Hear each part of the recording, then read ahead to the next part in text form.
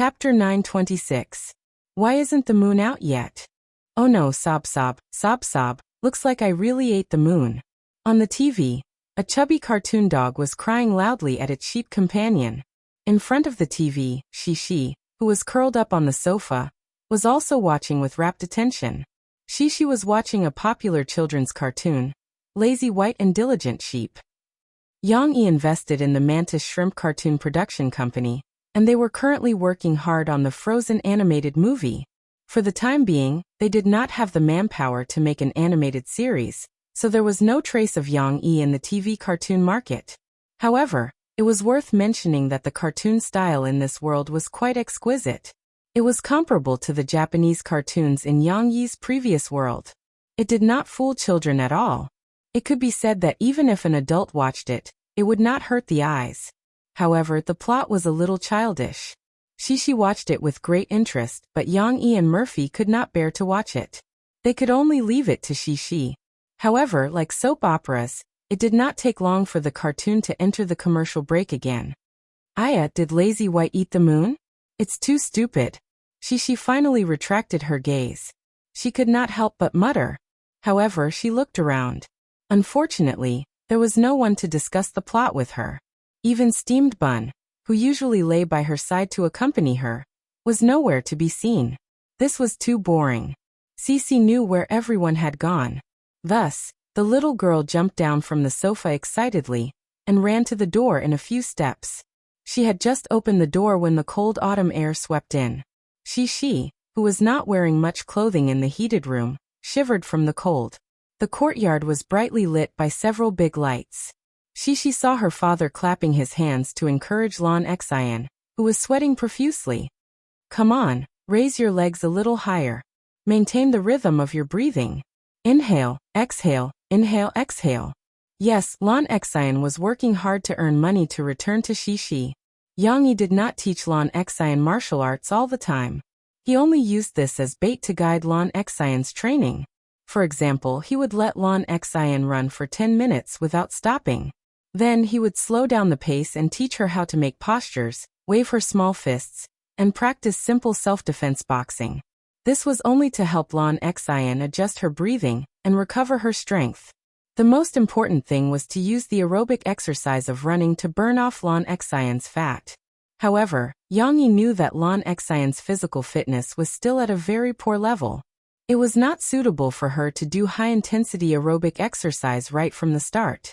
In addition, practicing boxing and resting in intervals would also help cultivate Lan Xian's interest in exercise and prevent her from becoming bored and resistant. Facts proved that Yang-yi's strategy was correct. Although Lan Xian had been complaining about being tired and saying that she wanted to rest, she did not really collapse. After 2 sets of training, Lan Xian could still run shakily. It could be seen that the endurance effect was good. However, when it was time to be lazy, Lan Xian would not be careless. Now the opportunity was here. After Shishi shivered, she did not care about the cold wind blowing on her little face and shouted excitedly, Xian, are you done with your exercise? I want to watch TV with you. The little girl wanted to discuss the plot with Lan Xian, so she immediately said, Lazy Whitey said that it ate the moon, but it didn't eat the moon. I saw that there were clouds covering the moon. Lazy Whitey didn't even know. Diligent Sheep even said that it would take it to see a doctor. Hee hee, it was so fun. Lan Xian was running slowly. At this moment, when she heard Shishi's shout, she turned her head and stopped directly. Coincidentally, Yang-yi also turned his head to look at Shishi, so he did not notice this. As if she had grasped at a life-saving straw, Lan Xian gasped and muttered to Shishi, I want to watch TV too.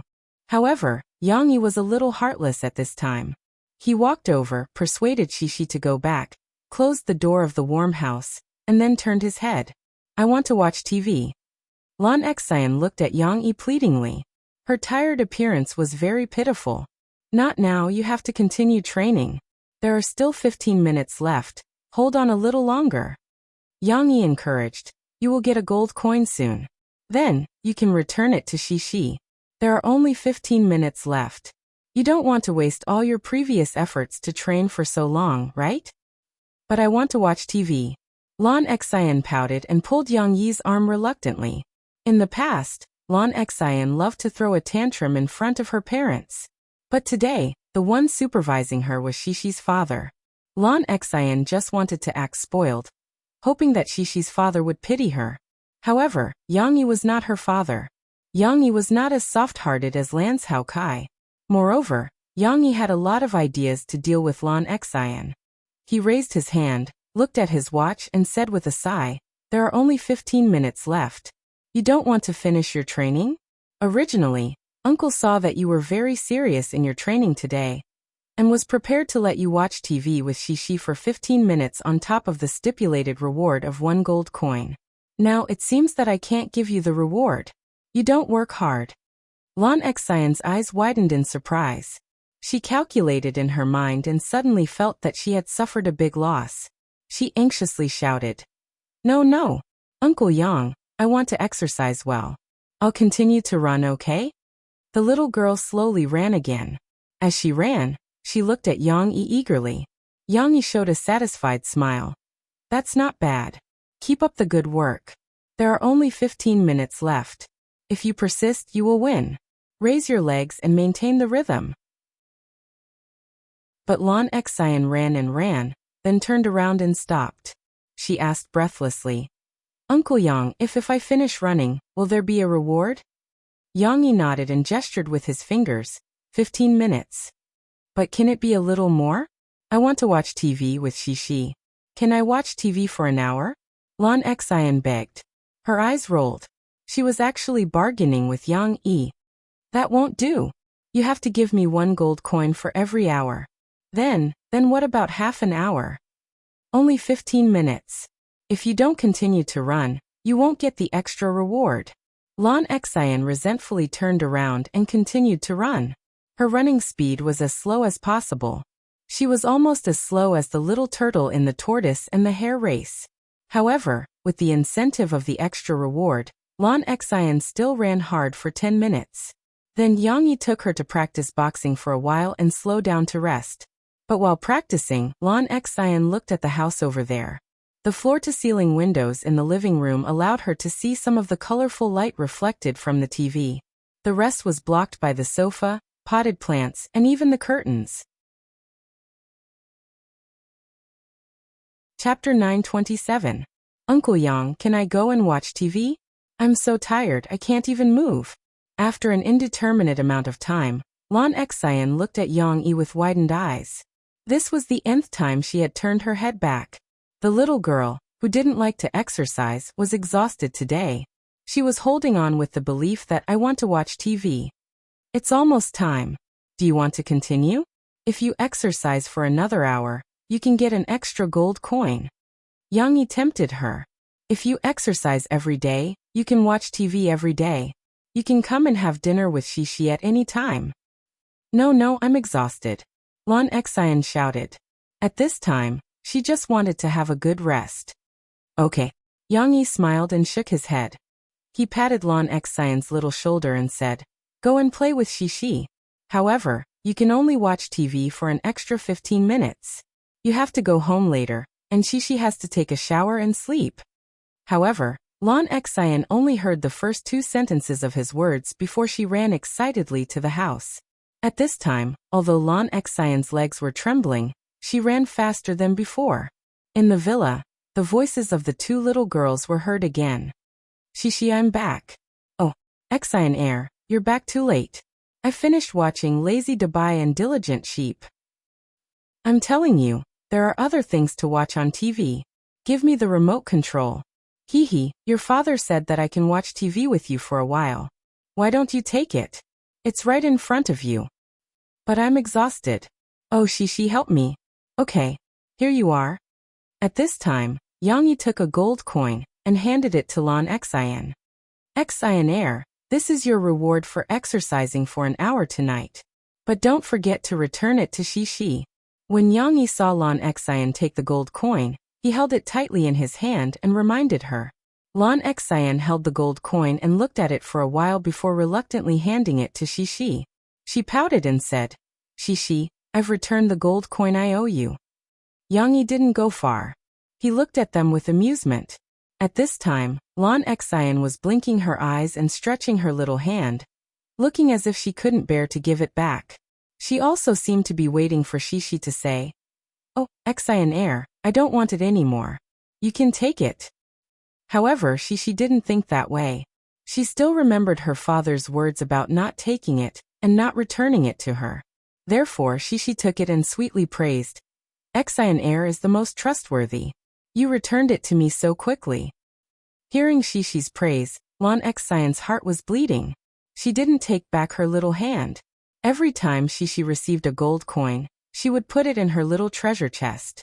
Therefore, after she took the gold coin, she excitedly jumped off the sofa and ran upstairs, leaving Lan Xian disappointed.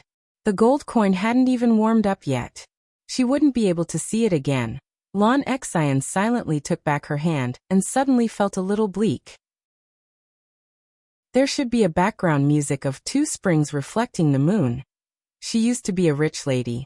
Now she was a poor woman.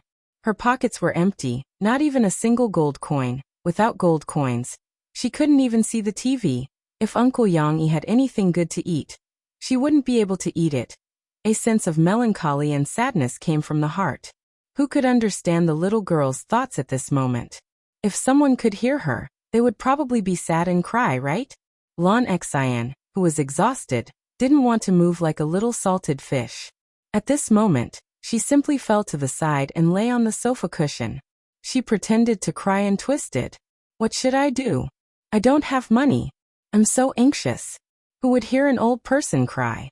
Only the new person would laugh. As a matter of fact, Cece's laughter came from upstairs from afar. Xian heir, I counted. I have 4 gold coins. Then on the weekend, I can ask my papa to buy me a doll.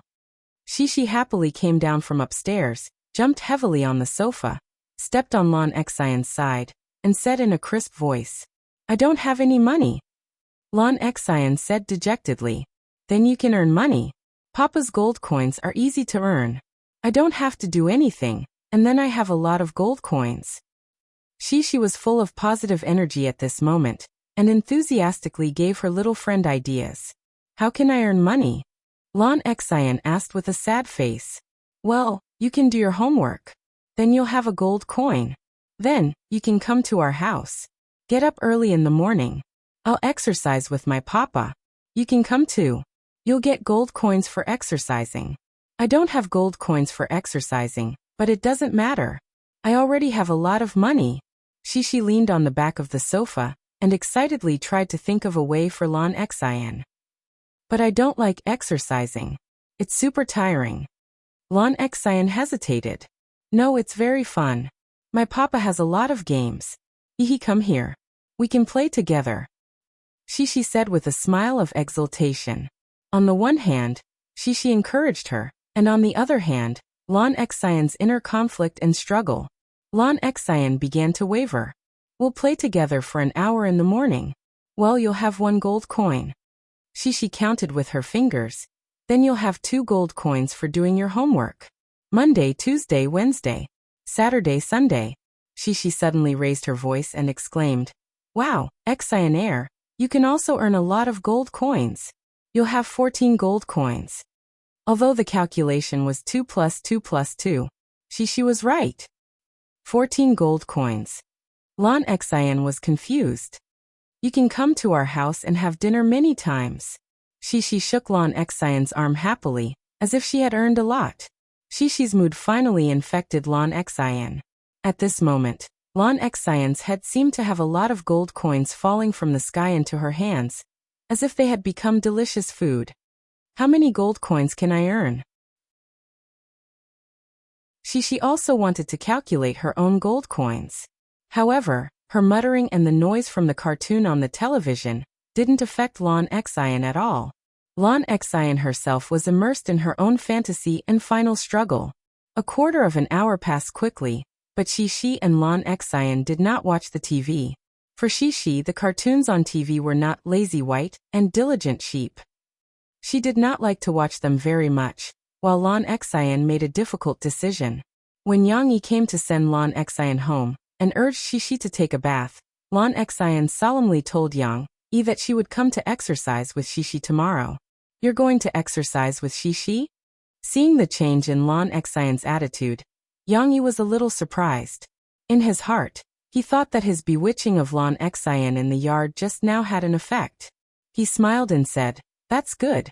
Then you have to get up early tomorrow. Can you get up at 6 o'clock? I want to earn a lot of money."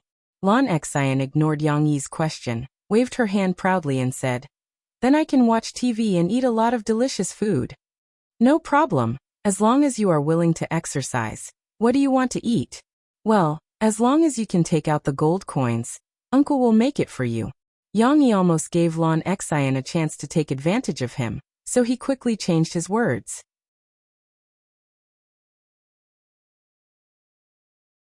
Chapter 928. November passed by quickly.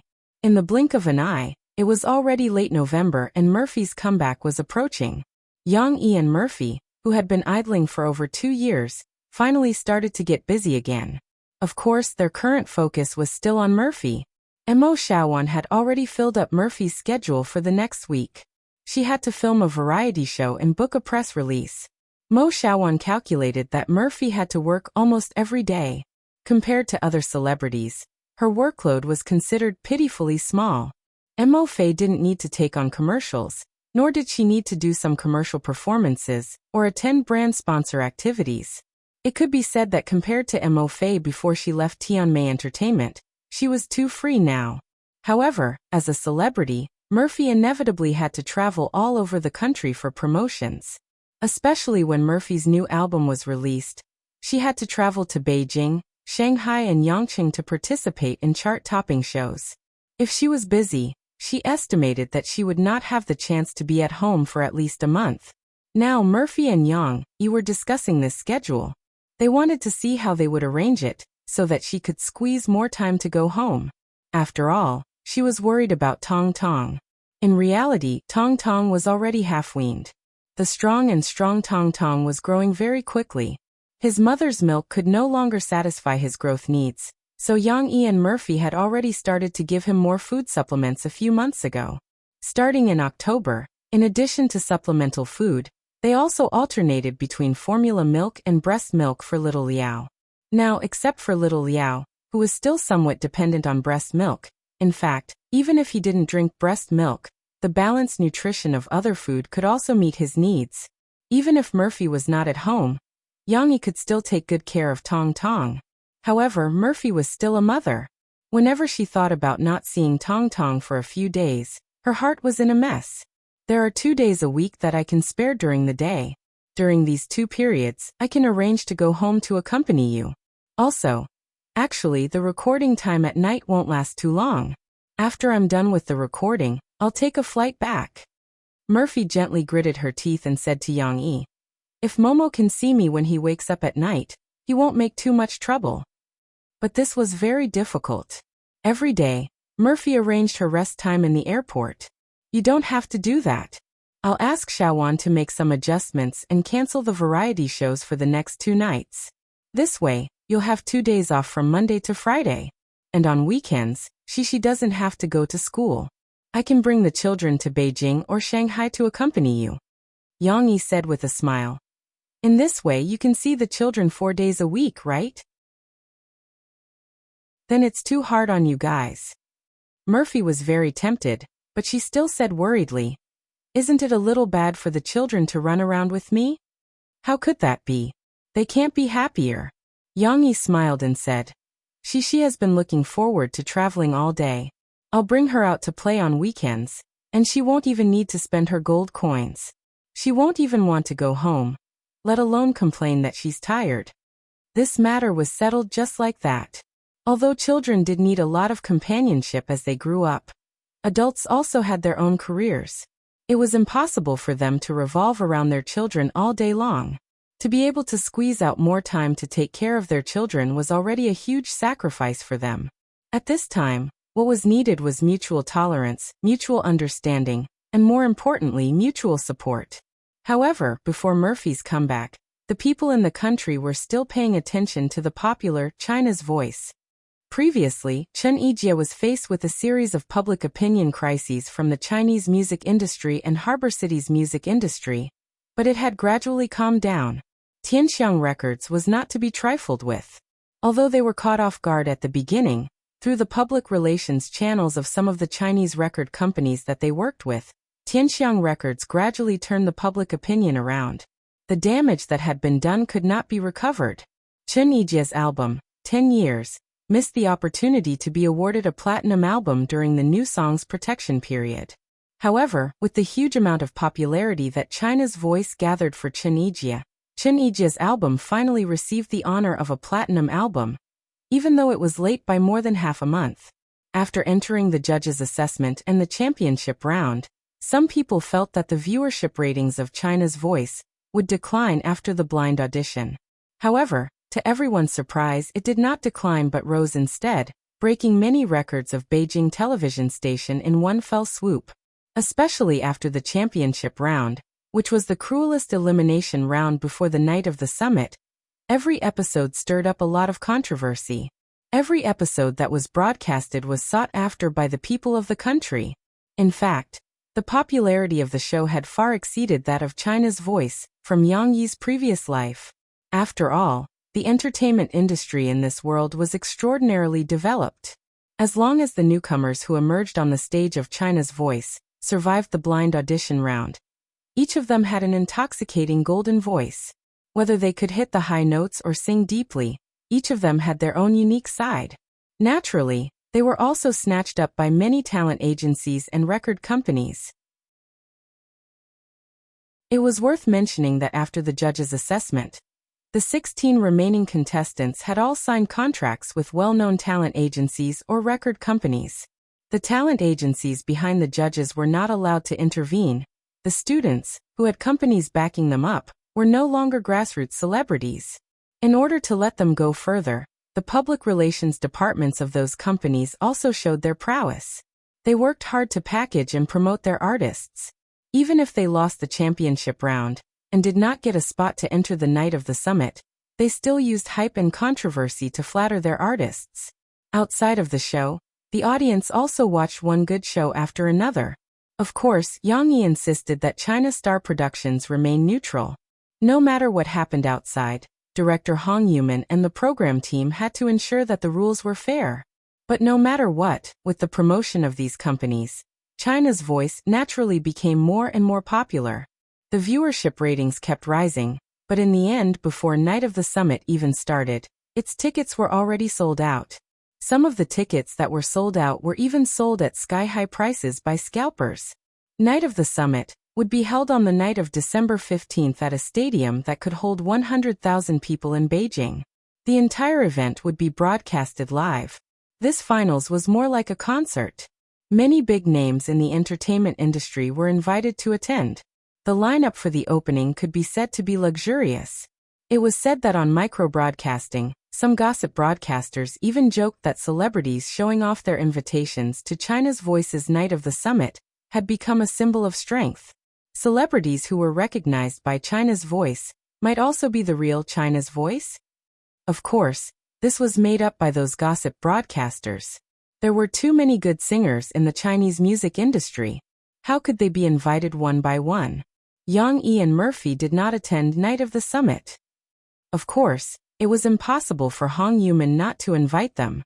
It was just that Yang Yi and Murphy could not attend. Unfortunately, Shishi's dance competition was also scheduled for December 15th. It did not clash with Murphy's promotional schedule, but it clashed with China's Voice's Night of the Summit. Yang Yi and Murphy's choice was naturally for the sake of their children. Chapter 929. Jiangnan TV station acted quickly. After Guo Zhengyan received the good news, their station head, production department, and variety department heads arrived a few days later to discuss the details of the collaboration with Yang Yi and his China Star production company. It could be said that they had shown great sincerity. Yang Yi did not hesitate. According to the previous agreement, he prepared a variety show and a TV series to collaborate with Jiangnan TV station. However, regarding the variety show, he had not decided which show to put on Jiangnan TV station. Originally, Yang Yi wanted to produce a third variety show.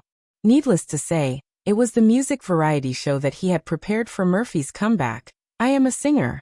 It was worth mentioning that Yang Yi had also considered whether to produce King of Masked Singers or I Am a Singer. However, after considering the purpose of producing the show, to promote Murphy's reputation, he finally chose the latter. After all, if she sang with her face covered, even if Murphy could continue to win and stand on the stage a few more times, she might still be able to take off her mask in the end. However, if she sang with her face covered, what kind of promotional effect would it have? However, Yang Yi considered Guo Jingyan's intention of using the TV station as a window to promote the upgrading of Jiangqing's tourist attractions. Before taking out the proposal for I Am a Singer, he hesitated for a moment.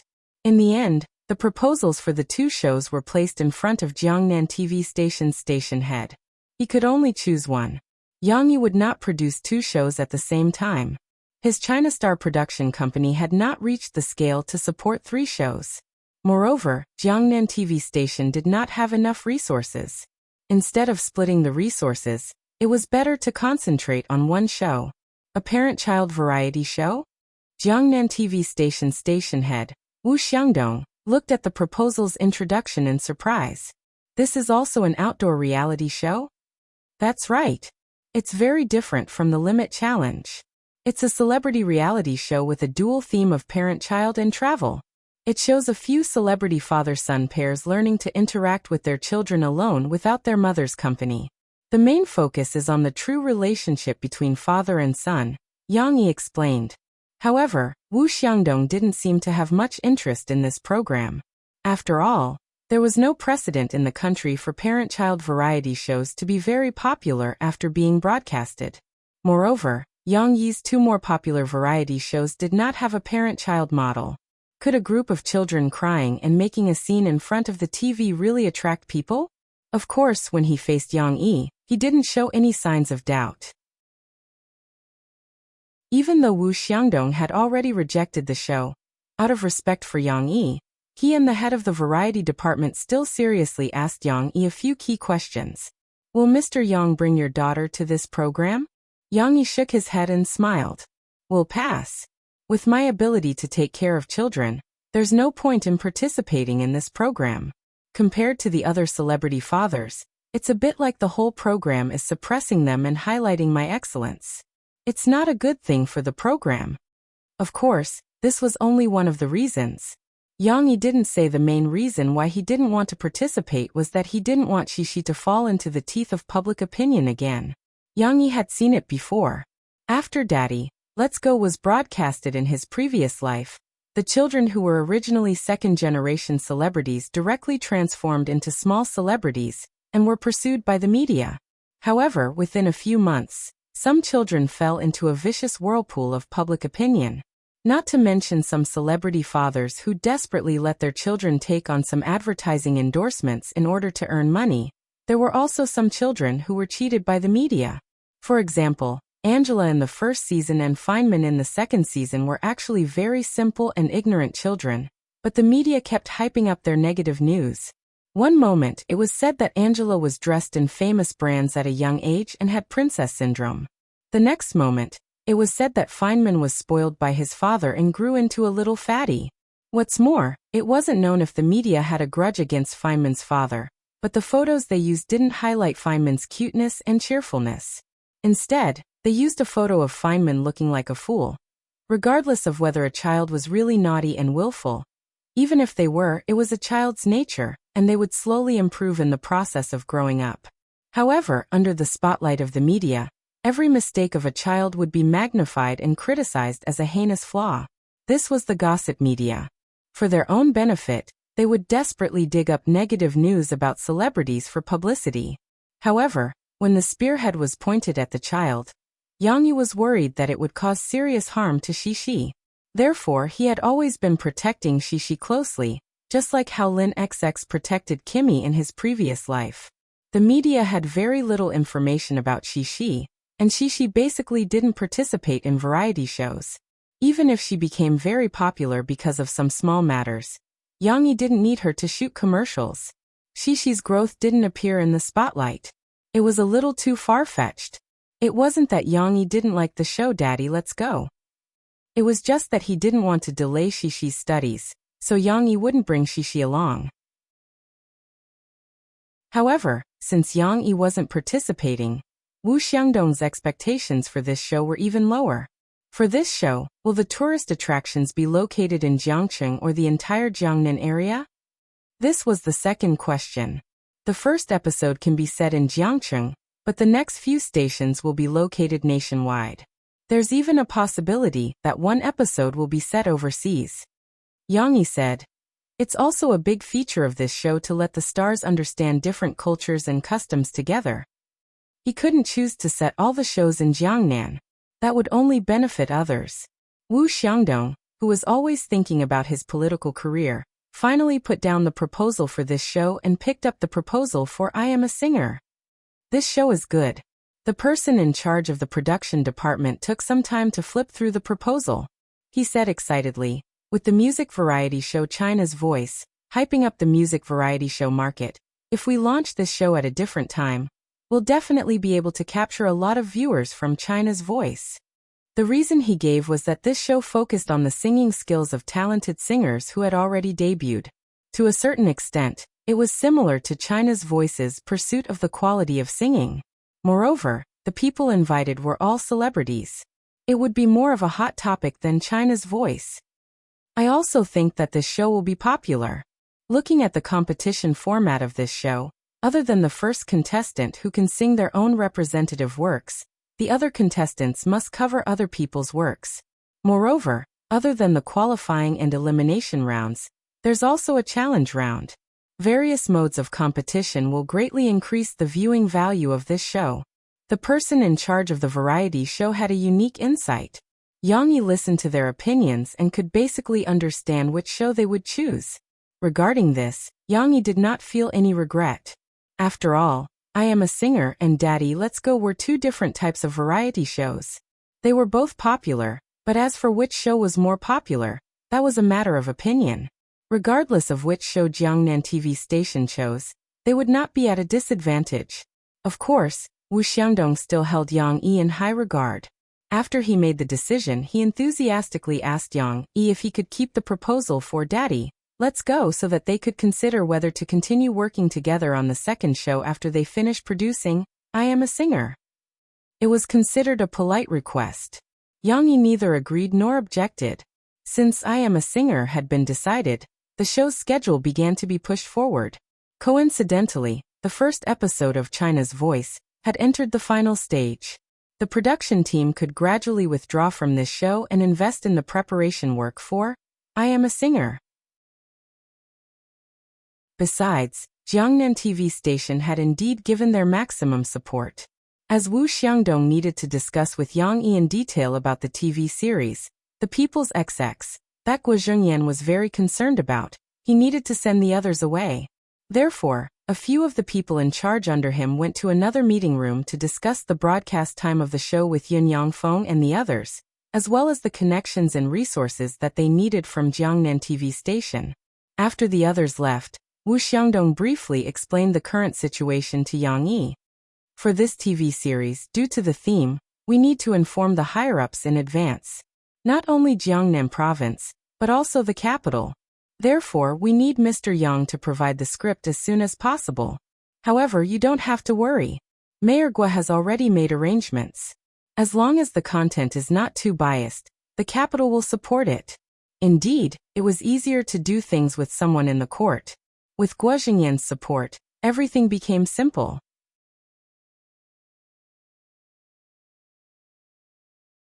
Chapter 930. Mommy is going on a business trip. She might not come back until very late. If it's too late, she might not come back until tomorrow. You have to stay at home today and help Papa take care of your brother, okay? On Sunday, Murphy had to go to Shanghai to record an episode of Zhixin interview. When it was time to leave, Murphy reluctantly said goodbye to Xixi and Tong Tong. Ever since Tong Tong was born, Murphy had never left her child's side. She usually watched Yang Yi's farewell show. However, every time Yang Yi had to leave home for a business trip, Xixi would be so sad that her eyes would turn red. When it was her turn to go on a business trip, and she wanted to be sad, Shishi did not cooperate. The little girl seemed to be happy. She mischievously twisted around and smiled. I'll help my brother take care of Papa. I thought Mom was talking about this, but Mom, I think it's funny to say this, hee. Are you that happy when Mom is not at home? Mo-Fei scratched her little nose grumpily and said, You don't feel sad at all. Mommy is going to be angry. Hee Mom, don't be angry. Anyway, you'll be back soon. Shishi hugged her mother's neck and comforted her. Murphy did not know what to do with this little girl. She had to go to Yang Yi for comfort. The two of them were affectionate for a while. She carried her bag and got into Mo Xiaojuan's car. Yang Yi was not as optimistic as Shishi. After he sent Murphy off, he turned around and saw Tong Tong knocking on the sofa with a small spatula. He could not help but feel a little troubled. He could be considered experienced in taking care of children. It could even be said that he was widely liked by Cece and her friends. However, no matter how experienced he was, Yang Yi was not confident in dealing with a baby who did not speak reason at all. Will Tong Tong cry when Murphy is not at home? Would he keep pestering her for his mother? Only drinking milk and not drinking breast milk. Would the little bitch be willing to obediently sleep peacefully? Would it cause trouble? When it came to taking care of Tong Tong, Yang Yi had to admit that Murphy had done much more than he had. After all, she was Murphy's mother. Tong Tong was more willing to be close to her mother, unlike Shishi. The little girl stuck to her father, and did not care about her mother. However, Yang Yi was not particularly anxious. He had to give it a try to know if Yang Yi could take care of the two children without Murphy. Moreover, this could be considered as a practical exercise in advance. Murphy still had more than a month to promote her album. Yang Yi still had many days to take care of the two children by himself. Just as Yang Yi was letting his imagination run wild, Tong Tong seemed to feel his father's gaze. He knocked on the door, then suddenly turned his head and glanced at his father. Coincidentally, he met his father's gaze. It was a little like a thief who turned his head and saw a policeman while trying to pick a lock. Tong Tong opened his little mouth, revealing a few white teeth. He giggled, turned his head and ran away. Although Tong Tong only had a pair of short, fleshy legs, his small, quick steps were strong and steady. It was just that when his little butt moved, it gave the feeling of a three-wheeled trampoline jolting. Sister! Sister! Tong Tong raised his little hand high, holding his small forklift in his hand. He called out in a childish voice and walked in the direction of Shishi. Don't come over. Don't dirty Papa's clothes. Shishi's voice came from afar. Cece was diligently helping her father with his work. Yang Yi took out a large bucket of clothes that had been washed several times in the washing machine. Cece was responsible for pulling out the clothes that were rolled up together, hanging them on the hanger, and putting them on the chair next to her. She was waiting for her father to come over later to dry them. This was a very good way to earn gold coins. Although the big bucket of clothes, Tong Tong had the most, seemed to be half of Shishi's height, it actually took less than 20 minutes to finish. However, the reward was 1 gold coin. It was much easier than Lon Xian, who had to work hard for an hour every day. However, Tong Tong was so excited that he decisively ignored his sister's rejection message and walked over to his sister with swaying steps. Cece's busyness still attracted his attention. Little Momo even forgot the purpose of his visit. He blinked his big eyes and looked around. Suddenly, he pointed at a small sock on the side. There was a cartoon character he liked on it. Of course, it was also his own sock. Wow! Tong Tong stretched out his empty left hand and pointed at the small sock confusedly. Shishi ignored him. The little girl was busy drying the clothes. Today's gold coin was very important to Shishi. Yang Yi also walked over. However, he did not rush to greet Tong Tong. Instead, he secretly observed him to see how he was going to play this game. Tong Tong was puzzled as he looked at the sock that his sister had placed on a small stool. Then he squatted down. No, squatting was a difficult action for Tong Tong. He swayed and sat down. This action made Yang Yi's eyelids twitch. Fortunately, she was able to control herself. Xiao Rua didn't sit too heavily on her butt and didn't make herself cry. However, what made Yang Yi not know whether to laugh or cry was that this little guy actually grabbed one of his little feet, hugged it with both hands, and lifted it up forcefully. It was obvious that Tong Tong wanted to see his own sock. He had already worn it on his feet, so why was it still on the small stool? However, when he did this, little rascal could not control himself and his balance. He hugged his little feet and staggered backward. His entire body fell to the ground like a wheel. There was no need to mention how comical this scene was. Yang Yi almost laughed out loud. Although Tong Tong did not look like he was going to cry, Yang Yi still bent down and picked him up. Tong Tong, who was still in a state of confusion, found his bearings. He pointed at the sock on the small stool in his father's arms and said in a childish voice, "Wah wah. I know. It's your sock. But I've already washed it. I'll take it out to dry in the sun later," Yang Yi explained with a smile. Tong Tong, of course, did not understand. He looked at his father for a while, and decided to give up on this question. Okay. Tong Tong stayed in his father's arms for less than a few minutes. He could not stay still and stretched out his hands, wanting to walk on his own. Okay, go play. Yang Yi put Tong Tong down. Tong Tong immediately grabbed the small forklift that his father had thrown on the ground and started to push it. He had no intention of sticking to his father. Half an hour later, Tong Tong was still playing by himself. However, Steamed Bun was now with him. Steamed Bun was very patient with the baby. When Tong Tong touched his body, Steamed Bun, who was lying on his side, stretched out his hind legs and kindly scratched Tong Tong's back. This made Tong Tong laugh loudly. Yang Yi came back from hanging the clothes outside with a basket in his hand. He smiled and watched for a while, feeling very relaxed. However, when he turned around, he saw Shishi standing next to him and looking at him eagerly. "What's wrong?" Yang Yi rubbed his daughter's head and asked softly, "Do you miss your mother?" "No. Papa, you haven't given me a gold coin yet," Shishi said seriously as she stretched out her white and tender hand. Okay, this little girl is quite persistent. Yang Yi took out a game coin and handed it to Shishi. Seeing Shishi happily go upstairs with her gold coin, Yang Yi thought that there would be no follow-up. However, he did not expect that Shishi would come down with a handful of gold coins and count them in front of her father. 1, 2, 3, 6. Papa, I have 6 gold coins. Yang Yi had a bad feeling when he saw Shishi counting. Sure enough, the little girl raised her head happily and said sweetly, "Papa, I have 6 gold coins. 3, 2 dolls." She wanted dolls at this time? Where would Yang Yi get dolls for her?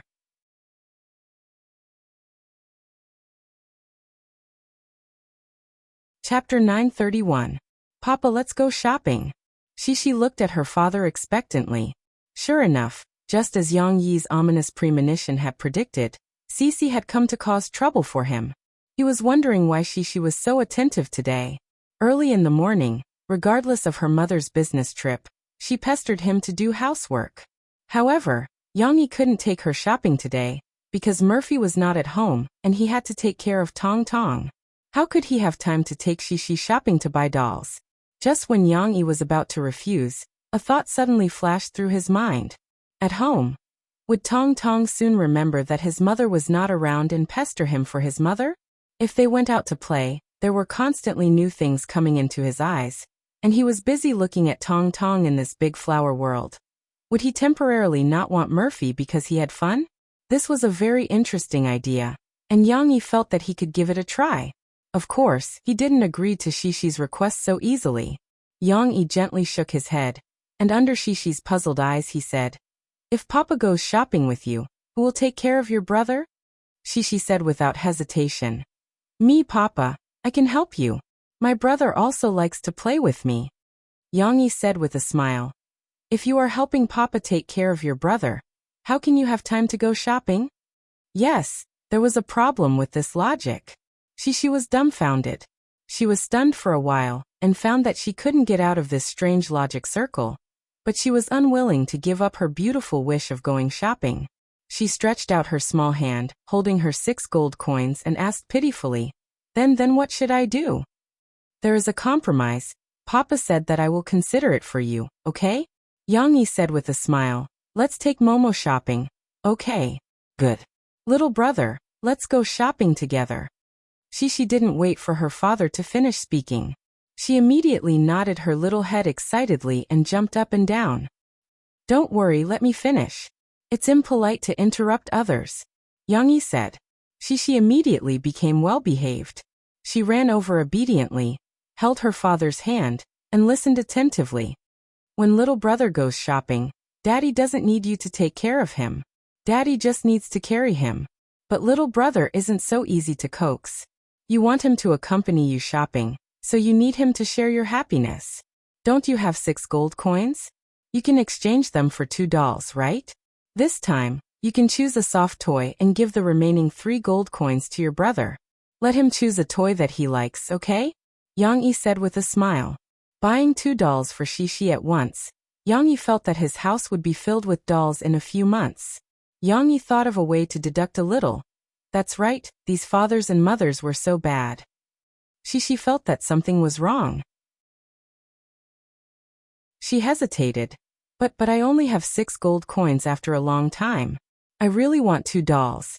That's right, Shishi had worked very hard to do housework for this day. It wasn't easy for her to save up 6 gold coins. Even when she had 5 gold coins yesterday, she couldn't bear to spend it. She wanted to round it up and get 2 gold coins at once. It was so hard to give up. Young-yi tempted her. 2 dolls, you can give one to little brother so that he can share your happiness. Such a good thing, don't you think so? Little brother will accompany you shopping. Then can I buy 2 dolls and give one to little brother to play with? Shishi looked at her father expectantly. This little girl was really smart. She seemed to know that as long as it was hers, she could still take it back if she lent it to little brother. There was a fundamental difference between giving in the front and giving in the back. You see, when little brother has a small truck, he sometimes gives it to you to play with, right? Young-yi smiled and said, My brother loves you very much. So if you are willing to give him a gift that he likes, in the future, if he has other good things, will he also think of leaving a share for you?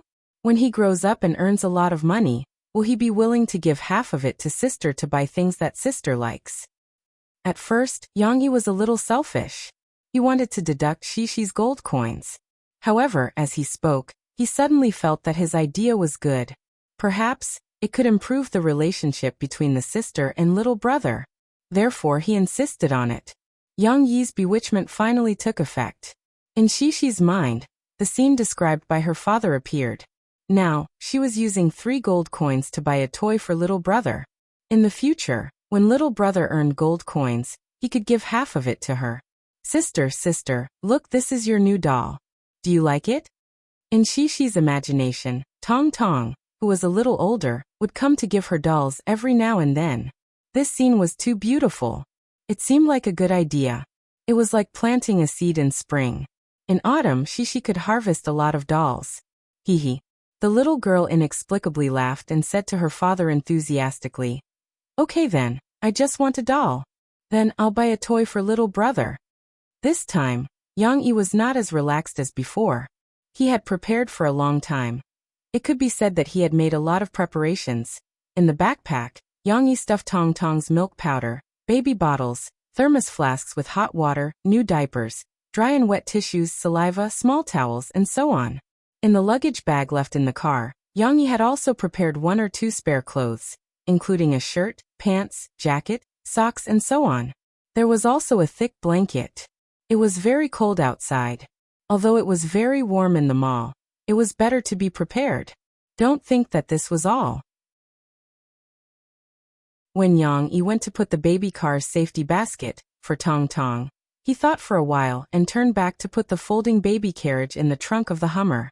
With such strict preparations, it was enough for a trip, let alone a shopping trip. In comparison, Young-yi had prepared very little for Shishi. Other than telling Shishi to wear enough clothes, he had only brought a small water bottle for Shishi in his backpack. However, this was understandable. Now that Shishi had grown up, she was not as troublesome as before. Even if Shishi wanted to eat something, she could buy it directly in the mall. There was no need for her to bring a bunch of things with her. When everything was ready, Yang Itsai greeted Cece, who couldn't wait any longer. Then he smiled and stretched out his hand to Xiaowu, who had been dressed and was just sitting there playing by himself. Come on Xiaowu, let's go shopping. When it was time to go out, Tong Tong was quite obedient. However, when Yang Yi carried him to the safety basket and let him lie down and fasten the seatbelt, Tong Tong seemed to feel a little uneasy and started to struggle. Mom, Mom. The little boy tried his best to straighten his neck and look around, looking for traces of his dearest and most beloved mother.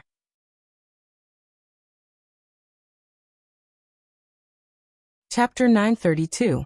Oh no! Yang Yi did not expect that Tong Tong, who had been living in a familiar environment, would be so anxious to see his mother when the environment changed. Perhaps he was feeling insecure? But wasn't his father here? Yang Yi looked helplessly at the little guy who was crying and struggling to get out of the car. As he comforted him, he realized that his position in his son's heart was far lower than Murphy's. Mom, I want Mom. Tong Tong looked at his father pitifully and looked around with tears in his eyes. He looked as though he was going to cry if he did not see his mother. Yang Yi felt a little regretful. If he had known earlier, he would not have agreed to go shopping with Xixi. However, it was too late to say anything now. Since he had already agreed to go shopping with Xixi, he would not disappoint Xixi.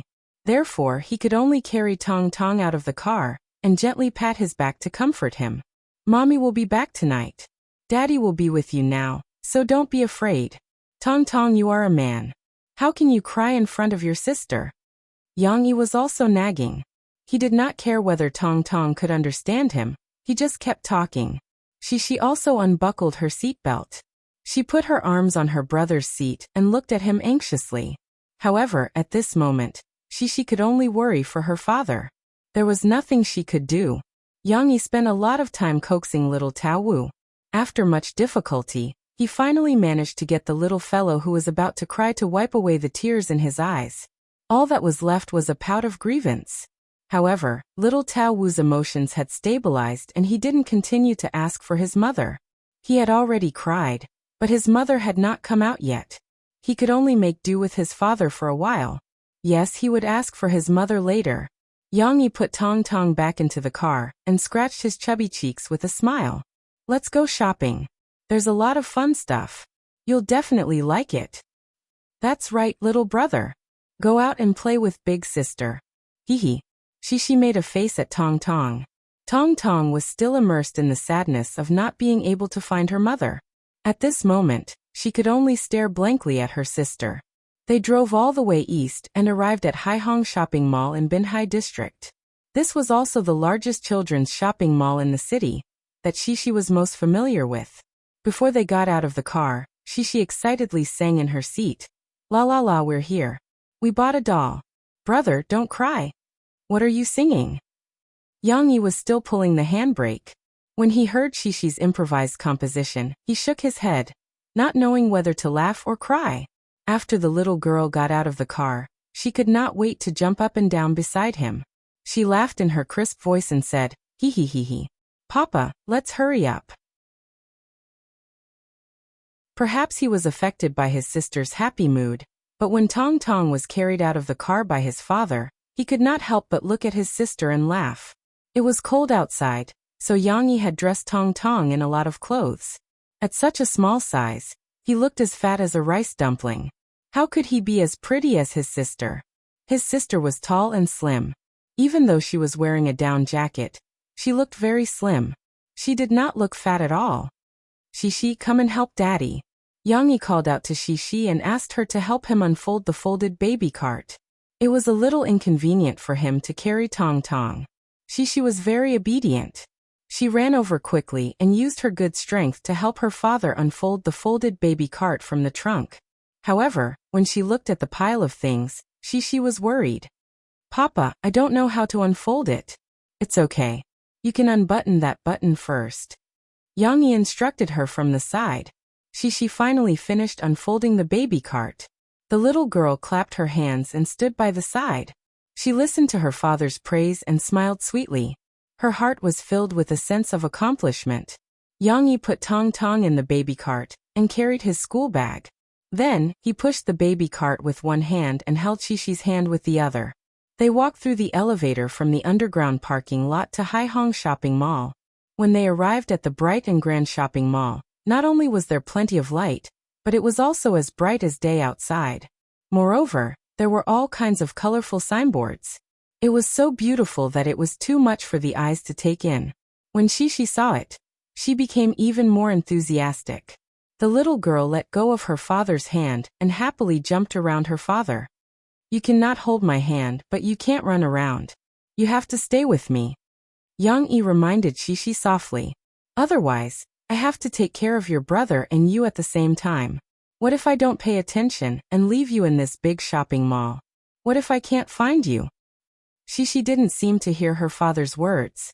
However, she didn't run around as she liked. Perhaps because she was in a good mood.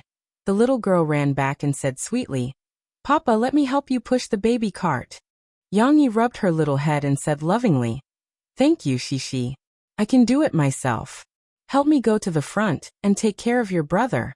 Don't let him sit in the car alone. It's too boring. Okay. Shishi agreed readily. She trotted to the front and turned her head to look at Tong Tong. Tong Tong had already been moved by the dazzling array of goods in the surrounding shops. His neck turned back and forth, and his eyes shone brightly. In such a wonderful place, he had forgotten his previous sadness. At this moment, a dark shadow appeared in front of him. Tong Tong came back to his senses and closed his small mouth that had been open all this time. He was about to drool. Hee. Tong Tong saw that it was his sister. He stretched out his small hand and waved to her happily. However, his sister just glanced at him, straightened up, and ran to report to her father excitedly. Papa, my brother is not bored. He's smiling. Seeing that Tong Tong did not have any emotional fluctuations, Yang Yi felt relieved. He secretly thought that his idea was effective. With more new things, Tong Tong did not rely on his mother as much. In the future, if he made a fuss, he could try to give him some other games to distract his attention. Shishi was very familiar with Haihong Shopping Mall. She walked in front with ease and brought her father and brother to her favorite toy store. When Yang Yi and the others entered, the salesperson happily came up to them and greeted them. Speaking of which, no one recognized Yang Yi in Haihong Shopping Mall. After all, Haihong Shopping Mall specialized in selling children's products. Most of the adults who came here had their own children with them. They were too busy taking care of their children, so how could they have the time to chase after celebrities? Perhaps Shishi's lively and pretty appearance attracted some people's attention, but Yang Yi, who was wearing a cap and obediently pushing a stroller, did not attract much attention. The salesperson in the toy store recognized Yang Yi, so she greeted him. However, she only greeted him and did not rush to ask for an autograph or a photo. Because Yang Yi had brought Shishi here many times, the salesperson did not have the enthusiasm to take a photo with them. Moreover, in order to keep Yang Yi this VIP, their boss told the salesperson not to spread the news and not to make any noise.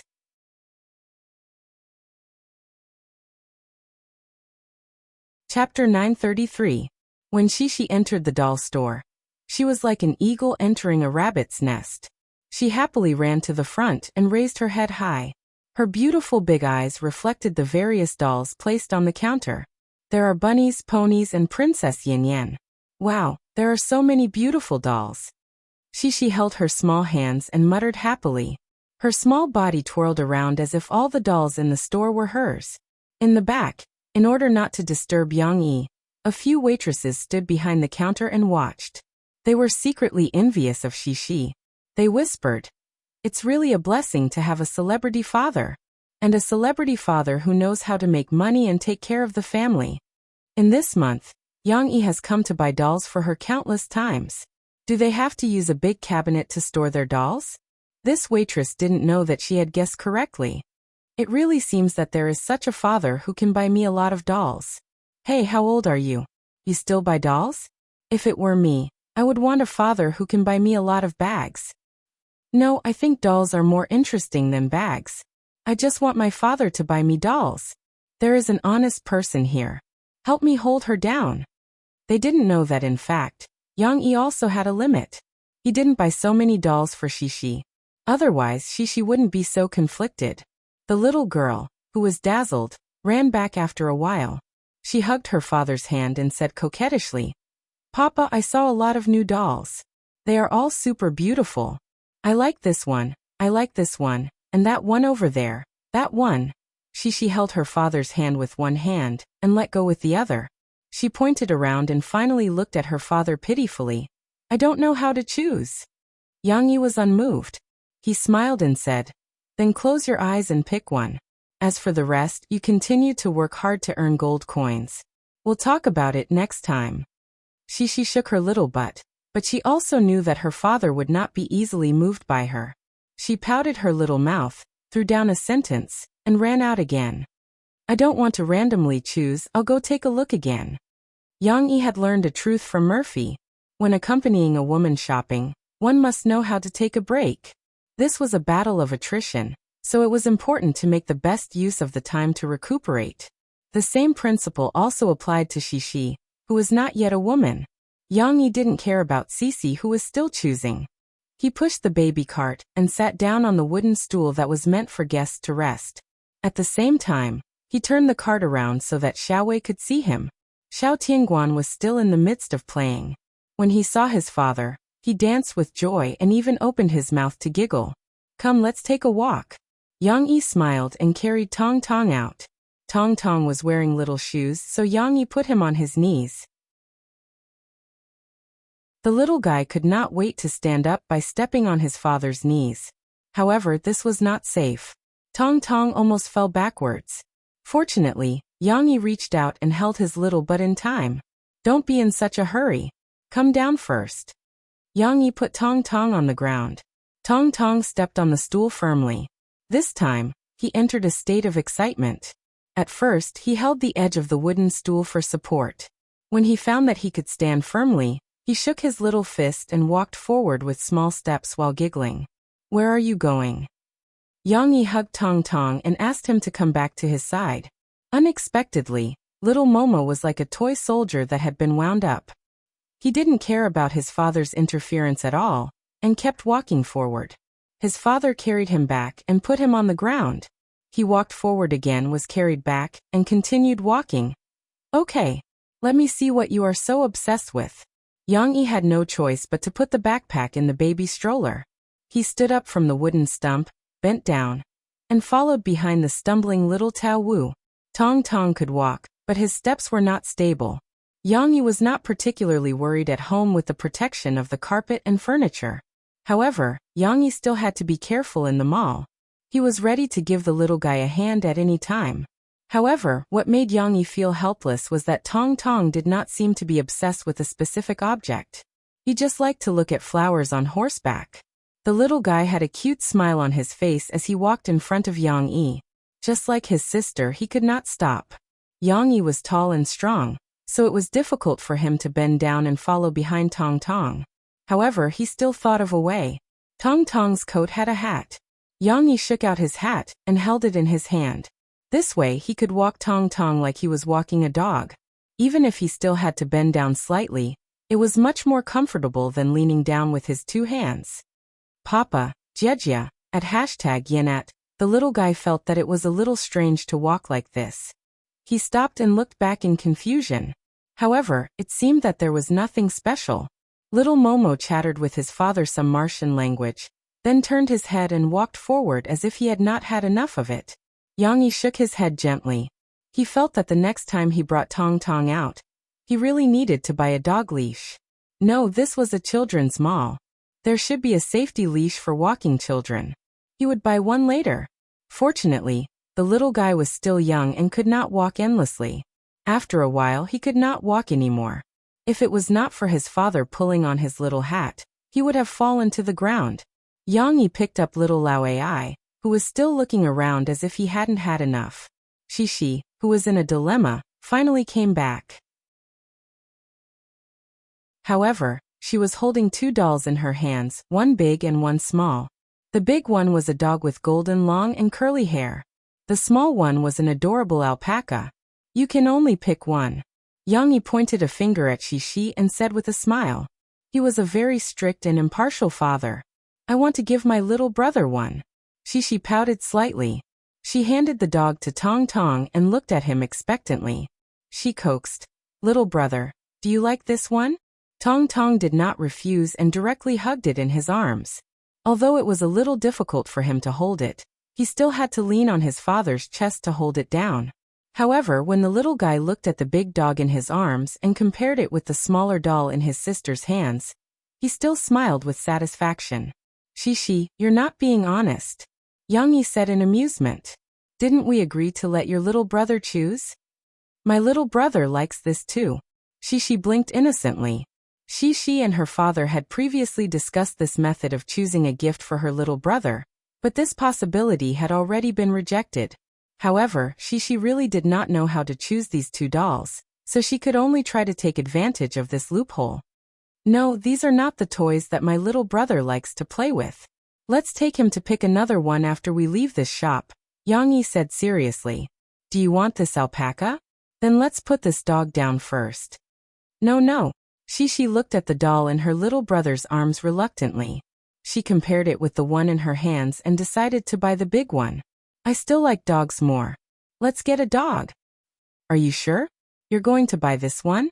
Yang pointed at the golden dog plushie that was being held upside down by Xiao Tao's little hands, and one of the dog's legs. Yes. Let's get a dog. Although Shishi said that, her eyes were still reluctant to part with the alpaca in her arms. However, after Shishi put the alpaca back and Yang paid the bill, Shishi found that Tong Tong was reluctant to return the dog doll to her. The little guy sat in the baby stroller, holding the dog doll with an excited look on his face. Papa, you see, my little brother still likes it. Shishi pouted her small mouth, feeling wronged. Yang laughed. It's okay. This doll is yours. Let's go find another toy that he likes and exchange it with him later. He will definitely return it to you. Shishi could only accept her father's arrangement. But why did it feel like she was losing out?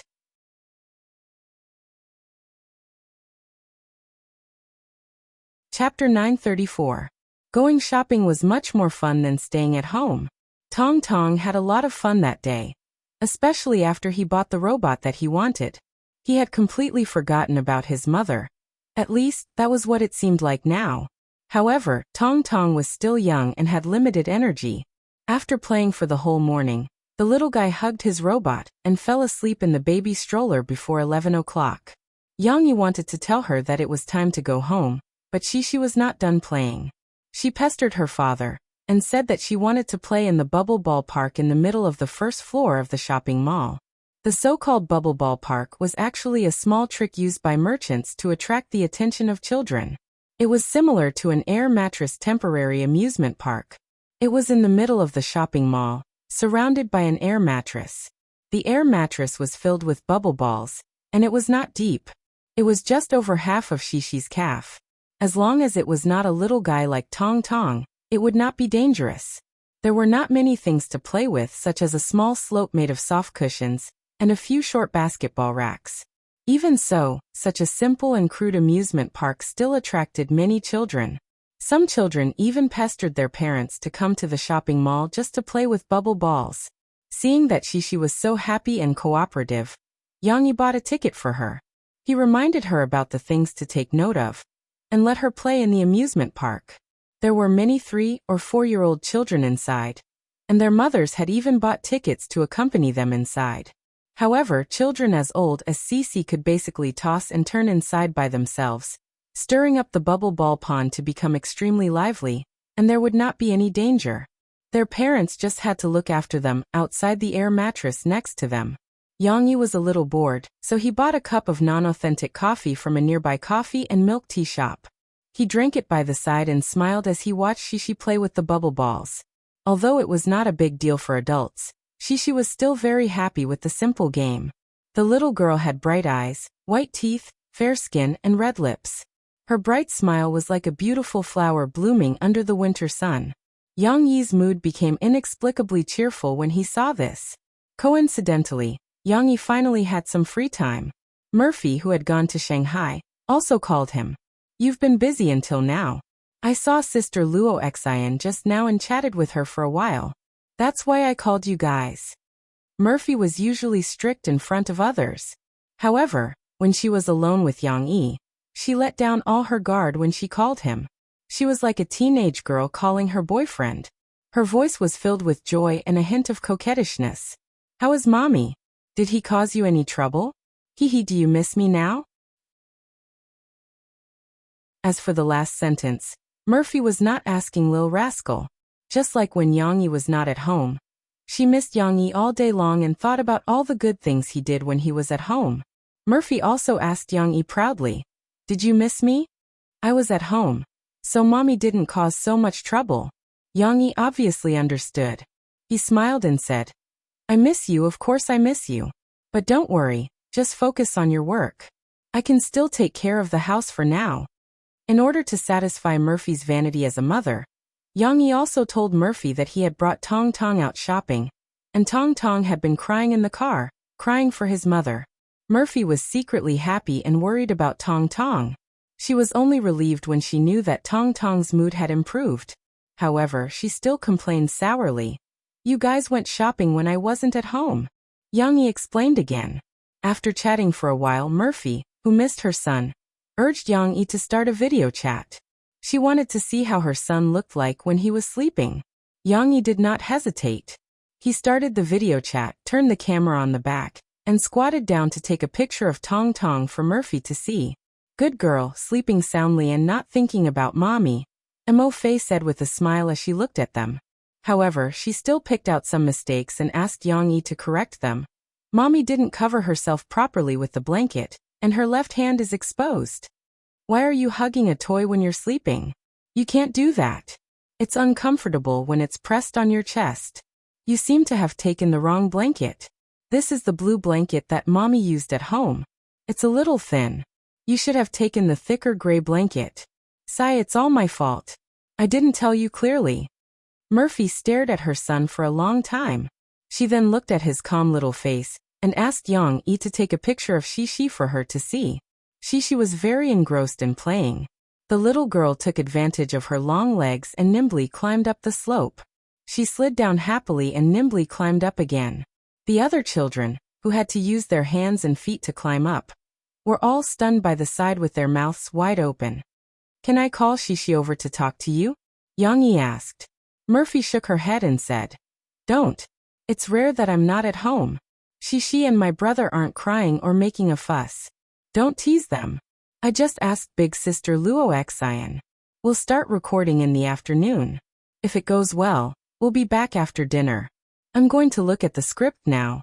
There's something I want to talk to big sister Luo Xian about during lunch." "Okay, take care of yourself. Don't worry about the children." The two of them chatted intimately for a while before hanging up. After Shishi played for an hour, Yang asked her to come out and go home together. "Mom just called." Yang took out a towel and wiped the sweat on Shishi's face. "Mom called."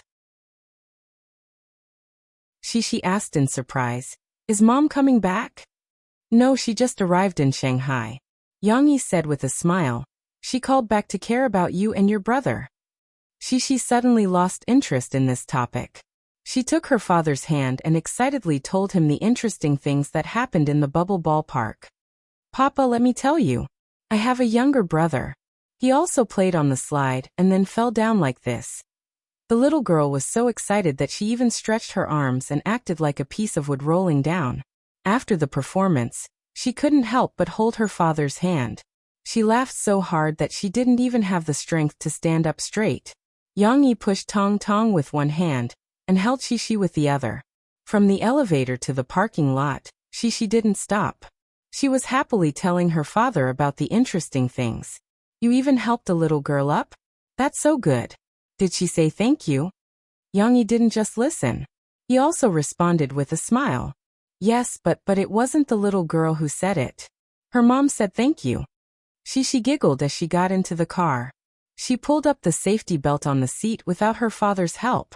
After the little girl sat down, she held her dog doll in front of her. However, her eyes fell on the robot that her father put between her and her brother. "Papa, this is my brother's." Shishi said to her father obediently. "Oh, this? Just put it there. Your mother said that you can't let your brother hug it to sleep."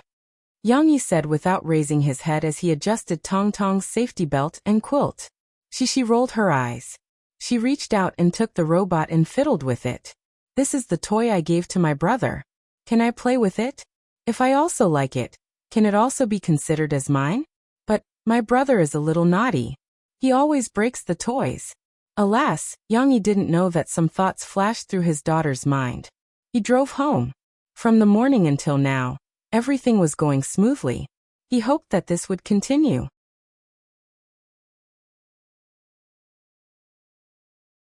Chapter 935. Steamed Bun. Today was supposed to be a happy day, without being bullied by the 3 cat sisters and brother cat. I even wagged my sexiest tail to welcome the owners back. However, when Steamed Bun came out of the small door, he saw Shishi coming out of the car with a dog doll in her arms. Seeing that the dog doll had blonde hair that was more beautiful than his own, Steamed Bun's happy mood disappeared, and he lowered his head pitifully. Blue skinny mushroom. However, Shishi didn't have time to care about Steamed Bun, because Yang took out the key and gave it to Shishi. Open the door and go in first. Yang was so busy taking Tong Tong out of the safety basket that he didn't even have time to take anything. He carried him upstairs and covered him with a quilt to sleep. The little guy was sleeping soundly, and the jolting of going up and down the stairs in his father's arms didn't wake him up. Papa, I'm hungry. Shishi saw her father coming downstairs, so she ran over and shouted. Yang finally understood how Murphy felt when she was at home. Without anyone's help, she had to deal with the problems of the 2 children. It was really a bit of a headache. He hadn't brought the other things in the car back yet, and Shishi was saying that she was hungry again. If it were another father, he would probably yell at his daughter. Now you know that you're hungry? Who didn't want to go home before and insisted on playing bubble ball? Of course, Yang wouldn't do that. He still smiled patiently, reached out and rubbed Shishi's little head, and said, "Okay, wait a minute. Papa will make lunch for you right away." Yang movements were still very nimble. He took the things in the car back and put them in the side hall first. Anyway, they were Tong Tong's things, so they didn't need to be cleaned up for the time being. They would be eyesores if they weren't cleaned up later. The time to prepare lunch was very tight, but Yang was not careless at all. Yang always strived for perfection when it came to food.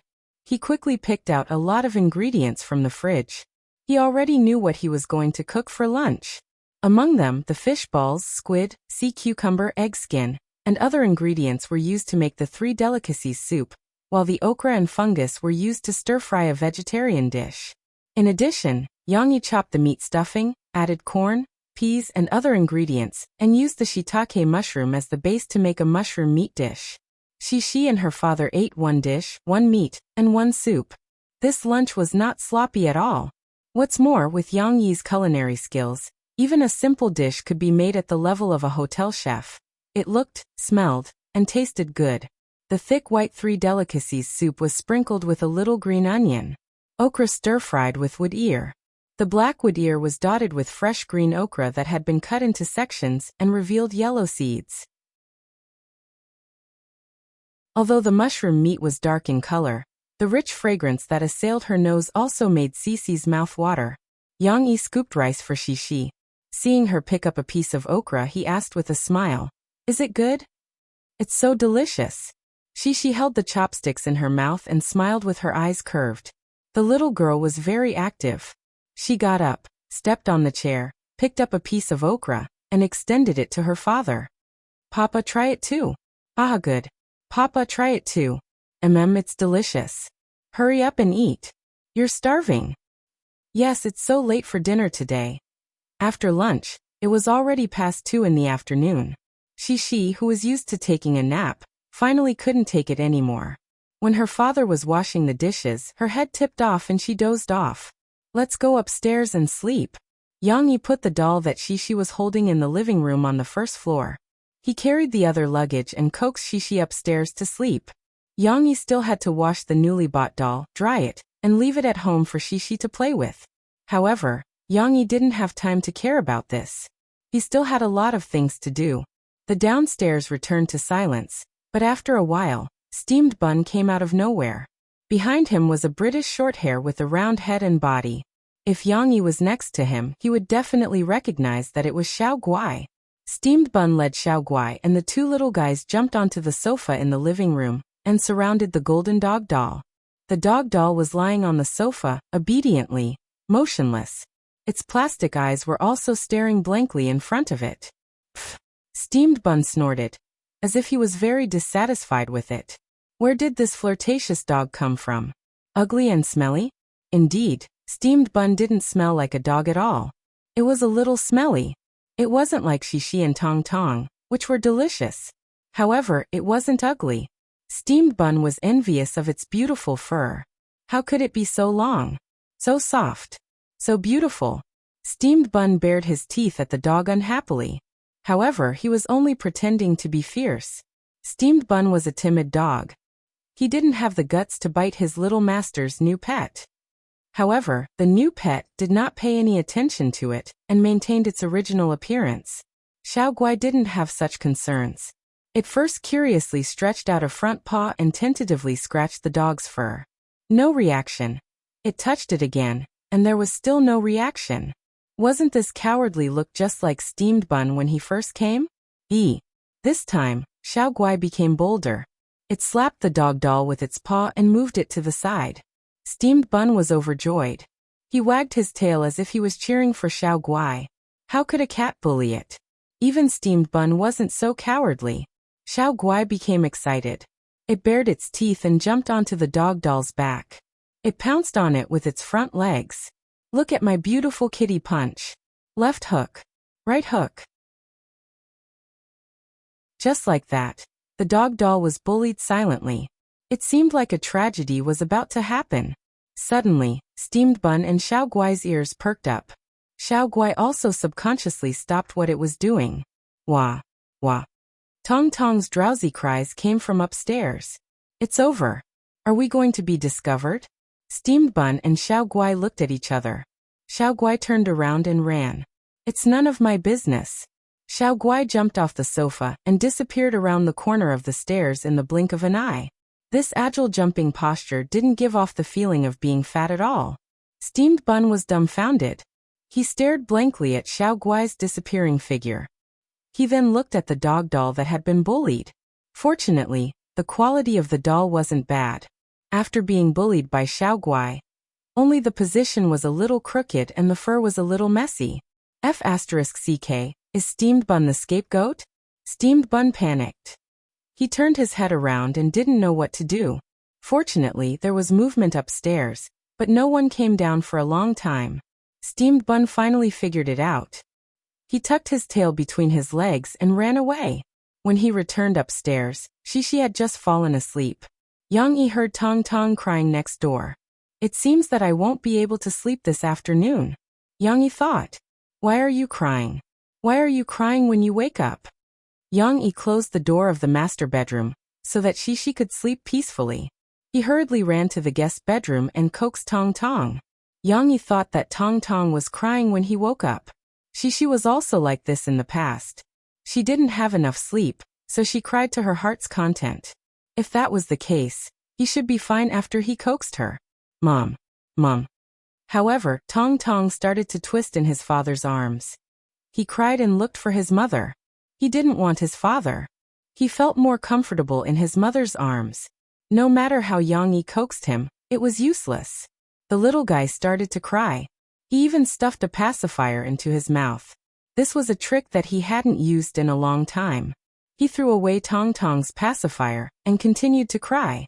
Yang Yi really had a headache when he saw Tong Tong's snot and tears. He was still being unreasonable. This was a real challenge.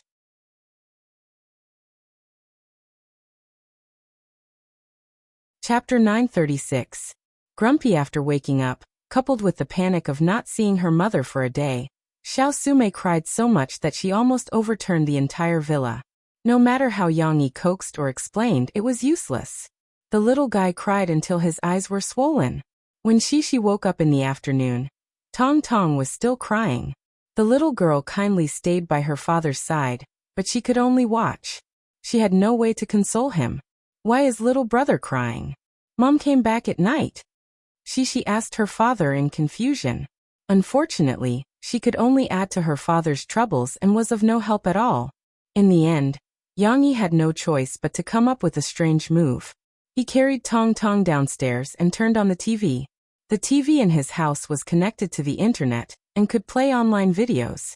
Yang Yi pulled up the video of Murphy's interview with Jixin and played it on the TV. "Look, isn't this Mom?" Yang Yi pointed at the TV and whispered to Tong Tong, who was tired from crying and resting in his father's arms for a while. No matter what her father said, it was useless. Tong Tong heard his mother's voice from the TV. He could not help but raise his head and look for his mother with his red eyes. 15 minutes later, the wind and rain stopped. Yang Yi made a bottle of warm milk and handed it to Tong Tong. There were still tears on the little guy's eyelashes, and his eyes were still red, but he was staring at the TV. To be exact, he was looking at his mother on the TV. He was still holding the milk bottle and sucking on it. He was probably tired from crying and used up a lot of energy. He had to eat and drink to make up for it. The way Tong Tong sucked on the milk seriously was like a living advertisement. He gave people the illusion that the milk was delicious. Cece, who was watching from the side, felt hungry. She ran over and asked her father to make a cup for her. "Papa, little brother is not watching the real Mom. That's just TV," the little girl said as she stood beside her father and watched him make milk. "Shul, let's not tell him the truth." Yang Yi smiled, raised a finger, and winked at Shishi. "Hee, all right. I won't tell my brother." Shishi found this amusing and giggled. Yang Yi did not tell Murphy at first, so she only found out about Tong Tong's antics in the afternoon after she finished filming the show in the evening. She did not have time for dinner with Luo Xian, so she explained the situation to Luo Xian and rushed back from Shanghai. Tong Tong was not as eager to see his mother as he was in the afternoon. The heartless little guy seemed to have forgotten how much he missed his mother. However, in his mother's arms, he was amused by her and giggled. After a while, he struggled to get down and staggered over to show his mother his new robot toy. Yang Yi explained to Murphy, "Actually, he was fine. After watching your video, he stopped making trouble." "If I had known this would happen, I would have used this trick when he started crying. You don't know how sad I felt when he cried himself hoarse. Now you know how important I am, right?" Murphy was still complaining about Tong Tong's crying, so Yang Yi's voice was still a little hoarse. Now she was proudly claiming credit from Yang Yi. "Of course you're important. You're the most important person in our family." Yang Yi smiled and pinched Murphy's nose. "We can't lose anyone in our family." After recording Jixin interview, Murphy's official album release was in the last few days. For Murphy's fans, this was the big and exciting moment they had been waiting for 2 years. It was about to arrive. For this day, Jia Siyuan went from a young girl to a wife and from a wife to a proud mother. Do you still remember the girl who met her boyfriend at the music store because of Murphy's first dream? Do you still remember the female fan who shared her story and showed off her wedding ring at Murphy's first fan meeting? 2 years later, Jia Siyuan also had her own child. However, her love for Murphy did not decrease.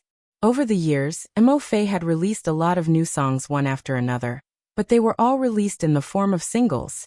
Singles were not as good as albums. Jia Siyuan had been looking forward to Mo Fei's new album. He even hoped that Mo Fei would come back and hold a concert as soon as possible. Even though she was a mother and understood Murphy's difficulties, as a fan, she was still a little selfish. Fortunately, the happy moment was about to arrive. In the last few days, Phoebe Studios' official micro-broadcasting was holding a repost lottery every day. As long as you reposted the micro-broadcasting that revealed the new album, you would have a chance to be selected and win a valuable prize. Jia Siyuan was not very interested in the prize. In addition, there were too many reposts every day, so it was difficult to win. She was more concerned about micro-broadcasting itself. What new album secret was revealed today? Jia Siyuan's husband asked with a smile when he saw Jia Siyuan sitting on the sofa with one hand holding her son, and the other holding a tablet to browse Weibo. He was also a die-hard fan of Murphy. "It's not out yet. I'm looking at it from a few days ago." Jia Siyuan laughed. Yesterday, the official Weibo announced that Murphy's new album's title was Want to Say But Stop. The day before yesterday, the official Weibo announced the album's cover photo. The most interesting thing was the name, Want to Say But Stop. In the micro-broadcasting's comment section, many fans had already started guessing activities or improvising. Want to Say But Stop. It should have the same meaning as Want to Say But Stop. Generally, such words should be used to describe people who have some unspeakable difficulties. Could it be that Murphy's album is about complaining? No way. According to Yang E and Murphy's character, shouldn't they release another album to abuse PDA? Upstairs, is the village connected to the internet? Previously, producer Jean Ingming revealed that Murphy's album is mainly a sad style. Want to say but stop. Tonight, I was drunk and wanted to go home to sleep, but you kept talking to me. What else do you want? Don't I need to rest? Haha, upstairs is too talented. You can even explain it like this. There were indeed many talents in the comments section. However, Jia Siyuan was more concerned about the new revelation that was about to be released today. She refreshed it again in a while. It finally came out. Hubby, it's a video. Come and take a look. Jia Siyuan exclaimed excitedly. Her husband was originally reading on the side, but now he couldn't help but come over. The two of them watched the latest revelation video together. The video was a surveillance video of the recording studio, which was pieced together from two videos. From the video, the audience saw that Mo Fei, who was in the recording room, was wiping her tears, and Yang Yi, who was outside, said something into the microphone. Jean Ingming seemed to want to give them some space, and left the recording room by himself. Soon, Murphy came out of the recording studio, and the video was switched to the surveillance in the monitoring room. She threw herself into Yang Yi's arms with a heartbroken look. Yang Yi comforted her, not knowing whether to laugh or cry. What's going on? Jia Siyuan and her husband were stunned. This video was completely like a silent play. Moreover, there were no subtitles. The plot was all guesswork. It doesn't feel like a public display of affection.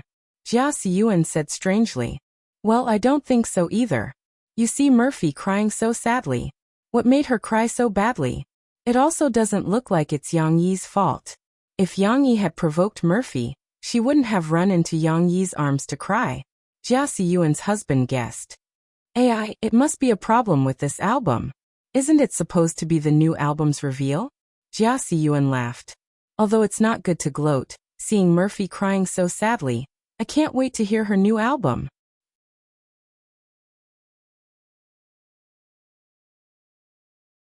Chapter 937. Unlike before Murphy's new album was officially released, no songs were leaked through variety shows or other channels.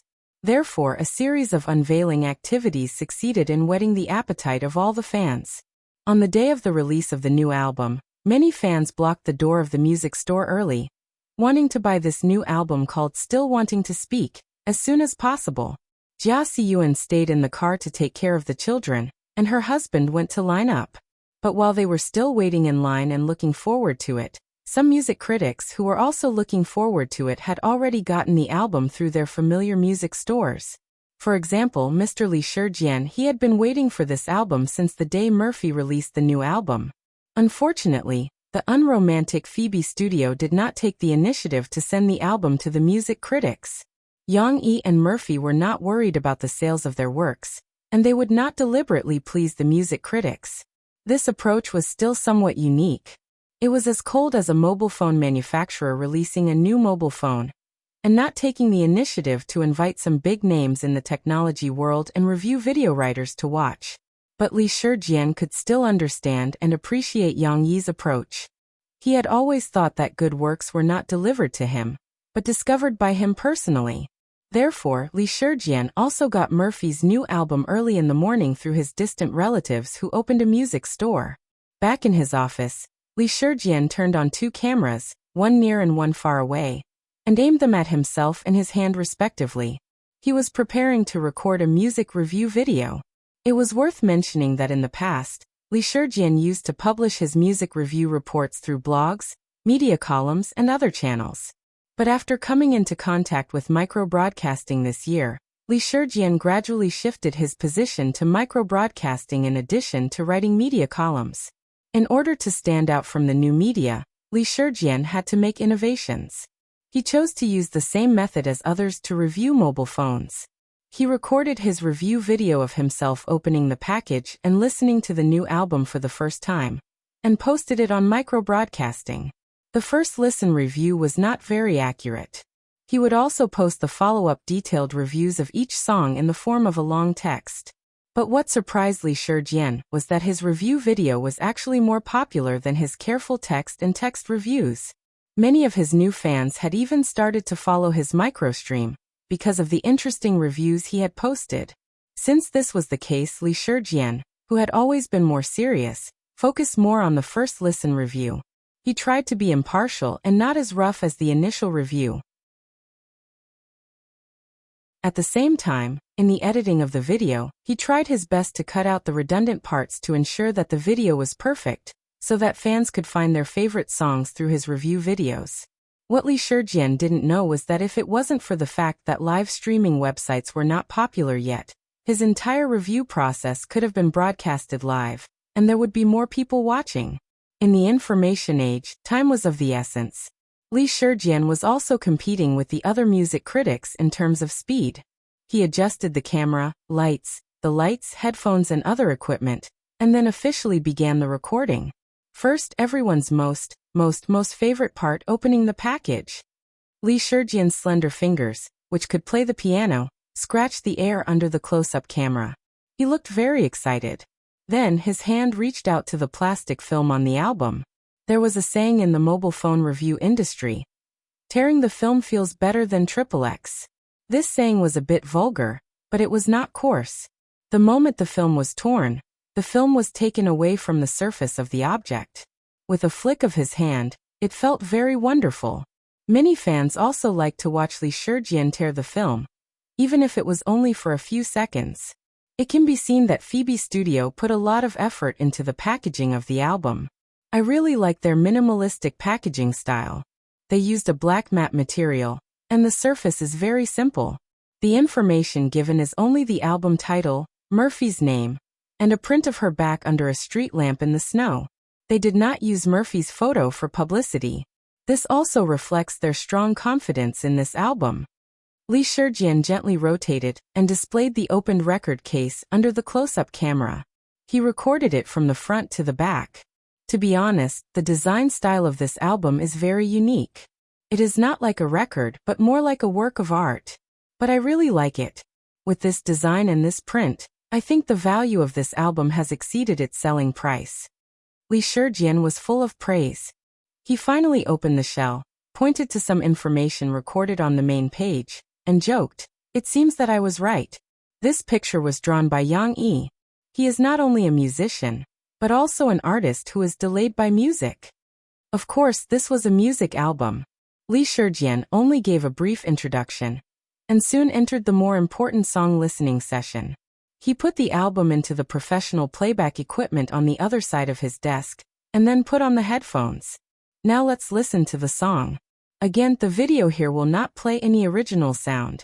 If you want to listen to the music of this album, you can go to the physical store or the Sahara Online Mall to buy Murphy's new album, Want to Say Something?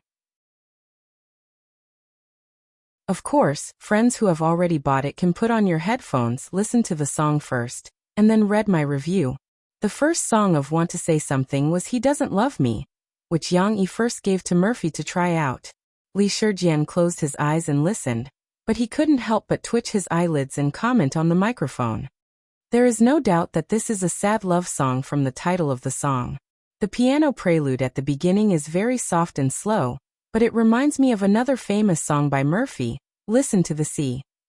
The beginning is also very slow, but there is a force gathering. Will this be a high-pitched song like Listen to the Sea, where one's voice is hoarse? The charm of the first listen was like this. Lee Shurjian knew nothing about this song, but he could take his fans to explore it together. Soon, Lee Shurjian overturned his judgment, because he found that although the lyrics of this song expressed the emotion of heart-wrenching, it was not a high-pitched song. Friends, I must give this song a 5-star recommendation. After listening, Lee Shurjian said with emotion, "Let's make a conclusion. Why do I highly recommend this song? Not only because the song itself is excellent and can hit your emotional weakness, but also because of Mo Fei's voice. I want to use the word emotional to describe it. Clarity and cleanliness were the quality of her voice. She was born with this quality. But what was rare was that Mo Fei showed her emotional side in the emotional interpretation of this song. She didn't show enough sadness or heart-wrenching. In fact, I think the lyrics of this song are already heart-wrenching, but Murphy sang it freely. She can let you feel her sadness, but also let you feel her reason. It seems that she is on the verge of losing control, but she doesn't step into the abyss. This kind of emotional voice is very comfortable to listen to, and it is easy to resonate. Li Shijian said a lot excitedly. Friends who haven't heard the song may not be able to feel it personally, but I still suggest that everyone listen to it. I believe that you will feel the same as me. After calming down, Li Shijian said with emotion, I didn't expect that the first song could let me easily give a 5-star rating. Yang Yi's lyrics and music and Murphy's wonderful interpretation are really a match made in heaven. I am also looking forward to the next 12 songs. Yes, 12 songs, 2 of which are repeated. It is said that there are 2 versions in Mandarin and Cantonese.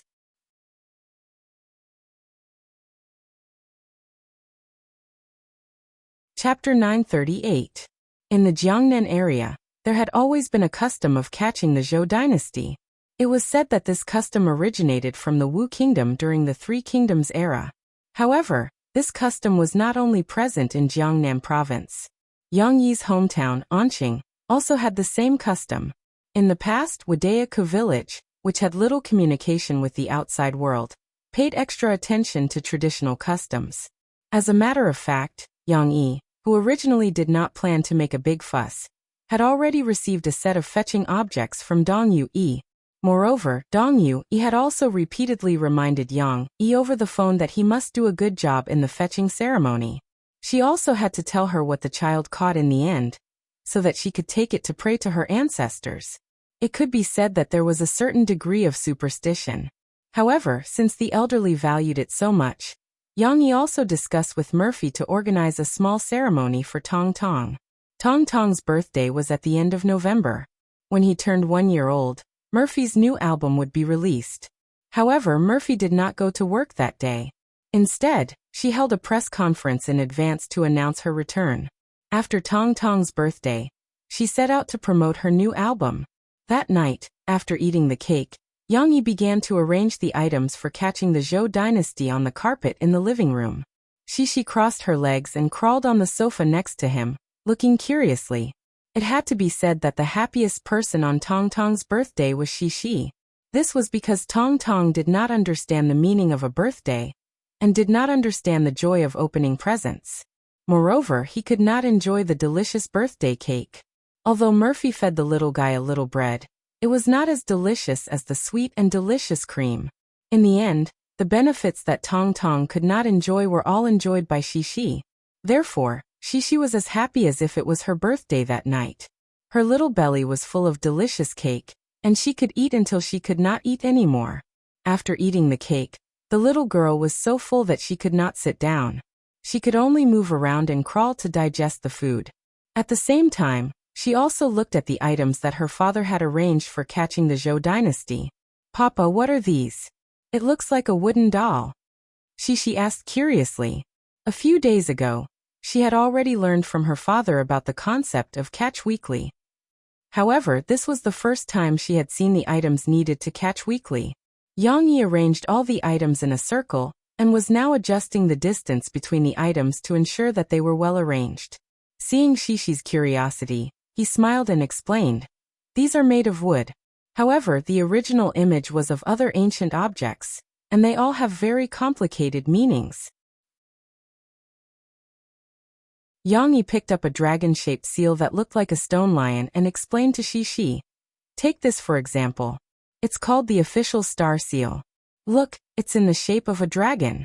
In ancient times, the dragon represented the emperor and imperial power, so it symbolized power and status. If my brother catches this, it means that he has the possibility of becoming an official. If he's destined to be an official, he'll have a prosperous career. Shishi took it curiously and played with it in her hands. The official star seal was not big, but the workmanship was very delicate. The dragon statue was so lifelike that even the nostrils and whiskers could be seen clearly. Of course, it was not only this. Every item was the same. They were small in size and light in weight, so that children who had just reached 1 year old could catch them. The items carved from wood were polished very smoothly, probably because they had been used for a long time. There was a layer of warm and translucent coating on the surface of these items, which was very comfortable to touch. Coupled with the original darker color, these items looked like antiques. In order to understand the meaning of these items, Yang Yi had specially researched them. In addition to understanding the knowledge that he and Shishi talked about, Yang Yi also discovered that there were many problems with the items that modern people randomly made. For example, they used items like abacuses, magazines, rulers, and so on. Not to mention that children might not be able to catch them. The different colors, sizes, and shapes of these items were also a kind of interference for children. Therefore, after discussing with Murphy, they decided to use the items that Dong Yue had sent them. Although they were a little outdated, at least they could symbolically play with the items and see what Tong Tong would choose in the end. Yang Yi explained to Shishi patiently, and Murphy quickly carried Tong Tong, who had just finished showering and changed into new clothes, downstairs. Let's catch Chow Chow. Let's see what our Chow Chow will do in the future. Do you want to be an awe-inspiring general? Or do you want to be a great musician like Mama and Papa? Mo Fei smiled and put little Mommy in the middle of these objects. Yang Yi let Murphy be the host, while he held a camera and recorded this small ceremony with a smile. What will little brother choose? Cece giggled and jumped around at the side. Although there were no scenes for young girls today, Shishi was a little drama expert, so it was necessary for her to join in the fun and steal the show. Yes, my brother, what will you choose? Look around first. Murphy held Tong Tong, who was still confused, and pointed at the items so that he could look at them one by one. This is a spinning top, and this is a Luban Do. Shishi introduced the items to her brother enthusiastically. Her father had explained to her just now, so Shishi remembered most of the items, even though she could not say them correctly. Oh, this is a book, right?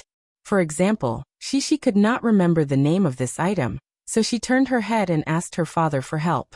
This is called the Songjia bamboo slip. Songjia was the creator of our ancient language, Yang Yi added with a smile. However, after looking around, Cece seemed to be in high spirits, while little Momo didn't seem to have any intention of catching one. Perhaps he was also a little sleepy, sitting in the middle of a circle of objects, sometimes looking at his father, sometimes looking at his mother. Tong Tong's confused eyes seemed to be saying, "What do you want me to do?" "Oh, my brother, catch one." Shishi could not wait any longer. She put her hands on the carpet beside her, and like a little tiger, she jumped over and blocked Tong Tong's line of sight. Little rascal thought that his sister wanted to play with him, and his sleepiness instantly dissipated. He opened his small mouth, and as he laughed, he also leaned forward, just like his sister. "Aya, I'm asking you to choose one.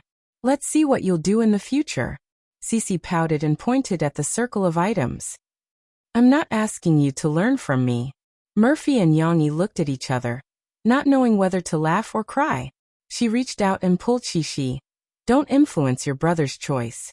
It's more useful for him to choose by himself." However, at this moment, Tong Tong finally acted. He casually grabbed two items from the ground. Yang Yi's eyes were sharp. He saw that one was a donut-like bell, and the other was the Hongya music chimes that Murphy wanted Tong Tong to pick up. The former symbolized a kind heart and medical skills. The latter, needless to say, meant that the child would be multi-talented and be good at singing and dancing. However, Yang Yi and Murphy did not expect that Tong Tong did not care about what he picked up and did not pick anything. If he insisted that he pick something, then the one Tong Tong picked was his sister, who knew how to play with him. Perhaps Tong Tong misunderstood that Shishi wanted him to give those items to her. When he saw his sister being pulled away by his mother, Tong Tong anxiously grabbed two items that were the least painful to his hands. He got up from the ground and walked over to his sister while babbling. "Sister." Tong Tong smiled happily and reached out his two small hands to Shishi.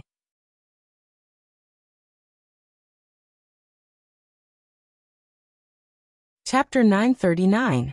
Tong Tong gave his chosen gift to his sister.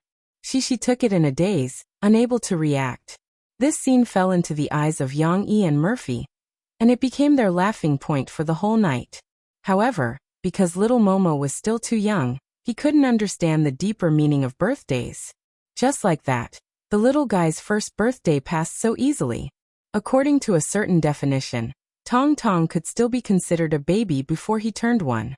Now that he had passed his first birthday, Tong Tong was no longer a baby that could be manipulated by others. The next day, Tong Tong, who had officially become a baby, began to face a new challenge. His mother was on a business trip again, and this time, she would be gone for 2 days. This time, Tong Tong would not only not see his mother for 2 days, but he also had to face the terrible crisis of food shortage. Of course, Murphy had just boarded a plane to Beijing, so Tong Tong did not know about this problem. The real difficult moment had yet to come. The little guy was still happily rolling around with the steamed stuffed buns. At the end of November, after a cold wave, the northern part of the country was covered in ice and snow. In the whole country, only Qionghai Island and Yazhou, the southernmost part of the country, were still as warm as summer. In this beautiful and warm tropical seaside city, there was a person who actually needed more warmth in her heart. Zhong Zhenjin, the emotional girl who had attended Murphy's concert. When Zhong Zhenjin attended Mo Fei's concert, she was still a third-year student at the Shanghai University of Technology. Now, 2 years had passed and Zhong Zhenjin had yet to graduate. However, she had gone to a better university in Yangcheng to pursue her master's degree. Actually, Zhong Zhenjin wished that she had not come to Yangcheng. It was not that she did not like Yangcheng, but if she had stayed in Shanghai, she would not have met her boyfriend who had just broken up with her. She would not have had such a great time in love, and would not have been tortured badly when breaking up with him. She had avoided the bustling Singles' Day, but she did not wait until the 31st of December, when they had agreed to spend the New Year's Eve together half a year ago. Let's not talk about the past anymore. Right now, Zhong Zhenjin just wanted to heal herself. Chu Fangfang, her old best friend for so many years, had recommended her to come to Yazhou, a beautiful city with summer-like seasons. Unfortunately, Chu Fangfang was also studying for a master's degree, and she was busy with an experimental project with her supervisor, so she didn't have time to accompany her. However, it was fine to play alone. During the day, Zhong Zhenjin wore a swimsuit and went to the beach to step on the waves. At night, she wandered around various food stalls. The simple and comfortable time in Qionghai gradually made her forget the unforgettable time when they broke up. Of course, if she did not use micro-broadcasting, this healing journey would have been perfect. However, after returning to the hotel at night, Zhong Zhenjin, who was a little bored, still turned on the micro-broadcasting. A song that sad people shouldn't listen to? Seeing this opening sentence, Zhong Zhenjin hesitated for a moment, but a person's field of vision was very wide. Even if she was still hesitating whether to continue watching or not, she had already glanced at the content of the micro-broadcasting. Li Shijian was a music critic that Zhong Zhenjin was more interested in. Zhong Zhenjin did not expect that when he introduced Murphy's new album, he would first advise people who were in a state of emotional distress not to listen to Murphy's new songs. Is he talking about Murphy? She released a new album? Zhong Zhenjin was stunned for a moment and stared blankly at the micro-broadcasting. She used to be a hardcore fan of Murphy and Yang Yi. However, after falling in love, she no longer paid attention to the entertainment gossip. She spent all day with her boyfriend in the library, shopping and stargazing. How could she still care about chasing stars? What's more, Murphy had not had any big news. Zhong Zhenjin did not know that her best friend Chu Fangfang had already lined up to buy Murphy's new album yesterday. But because of the song category of the album, Chu Fangfang did not dare to tell Zhong Zhenjin about it. A sad person shouldn't listen to songs, but why did Teacher Li give all the songs 5 stars? Zhong Zhenjin couldn't help but click on the video and watch Li Shijian's demo video. In the video, she couldn't hear Murphy's songs, but she could get a glimpse of them from Li Shijian's comments and the names of the songs. 1. He doesn't love me. 2. I'm blown by the cold wind for you. 3. If this is love, this album is very sad. Zhong Zhenjin's rational mind told her, listen to Teacher Li's advice. Don't make yourself unhappy during the healing stage. But her emotional mind said, how can you not support Murphy's new album? Abuse it, abuse it. After listening to it, Just cry to your heart's content. Zhong Zhenjin was really an emotional girl. So, regardless of whether it was worth it or not, she resolutely logged on to a music website and bought and downloaded all the songs in Murphy's new album in the form of singles. She wanted to listen to the songs one by one. There was no single loop. The album had 13 songs, 2 of which had the same name, but were in Mandarin and Cantonese. Zhong Zhenjin sat on the balcony of the hotel room, looked at the silent night, and listened silently. In Murphy's different styles of singing, under Zhong Zhenjin's calm appearance, her mood was like a roller coaster, rising and falling. I will try to let go of the past, no matter how beautiful it was in the past, and I will try not to think of how you surrounded me with love, that deep feeling. The second song. I'm blown by the cold wind for you. Zhong Zhenjin had forgotten how excellent Murphy's singing was in Li Shijian's video. She was infected by the bleak self-persuasion in the lyrics. In the early days of breaking up, didn't she also think of the scene of them sticking together every day when they were passionately in love? If she could really let go, how could she be trapped by love? How could she painfully need to escape from that city in order to heal? The third song was If This Is Love. This song completely ignited the sadness in her heart. It turns out that the last kiss was so cold. You can only tacitly accept that I'm going to be cut off and watch you leave. She suddenly felt that the lyrics were all about her.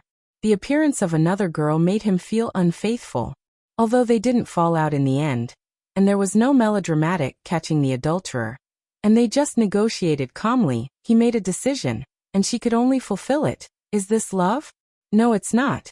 She didn't want to fulfill it. She didn't want blessings. Why didn't you choose me? Zhong Zhenjin hugged her knees and curled up on the sofa on the balcony. She suddenly felt so wronged and her heart was so cold. If the third song made Zhong Zhenjin's mood a little hysterical, and she even wanted to find that person and question him, then the fourth song, with its calm melody and calm lyrics, made her state of mind return to the peace before listening to the song. Hey, I really miss you. Outside the window, it's starting to rain again. My eyes are dry, and I feel like crying. Peace didn't mean that she wasn't sad. Outside the balcony, the night was quiet and it wasn't raining, but when she heard this, she couldn't help but shed 2 lines of hot tears. In fact, she also knew that everything in the past couldn't be returned, but she still couldn't walk out of it. Just like the lyrics, she understood that if it weren't for you, there would be no past, I wouldn't be sad, or if it wasn't for that experience, what's the pity? But after losing love, she completely couldn't find her previous way of life and couldn't find her free and easy self. If it weren't for him, she would have already lost herself. Even though she didn't want to love anymore, Zhong Zhenjin still wanted to know. Do you miss you like I do? He maybe not.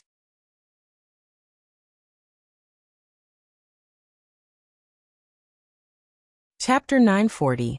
If you think that the new record that Yang Yi gave Murphy was made up of so many sad songs, was just pure sadness, dragging the audience step by step into an emotional whirlpool that they couldn't escape, then you are looking down on Yang Yi too much. After Zhong Zhenjin experienced the heartbreak of the 7th song, the most familiar stranger, in the following songs, she began to understand how to think calmly after the pain and how to calmly face the failed love of the past. What I miss is that we can talk about anything. I miss dreaming together.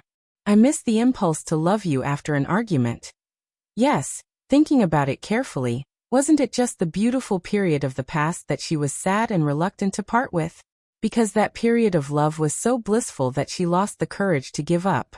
But in fact, a lingering nightmare had been left in her heart, just as the 8th song, I Miss, sang. Self-esteem often drags people down and twists and turns love. I pretend to understand because I'm afraid that the truth is too naked. It's worse to be embarrassed than to lose. Self-esteem made Zhong Zhenjin unable to believe the fact that he didn't love her that much anymore. She would rather plead with him to stay and drag herself to the same place than tear apart the last bit of luck to laugh at the truth of him being a scumbag. Of course, Zhong Zhenjin had calmed down now. This song made her understand that she didn't want him to come back, but she just missed the beauty of the past. Then why was she still so stubborn? Zhong Zhenjin found that she really fell in love with Murphy's album, because it understood her emotional changes too well.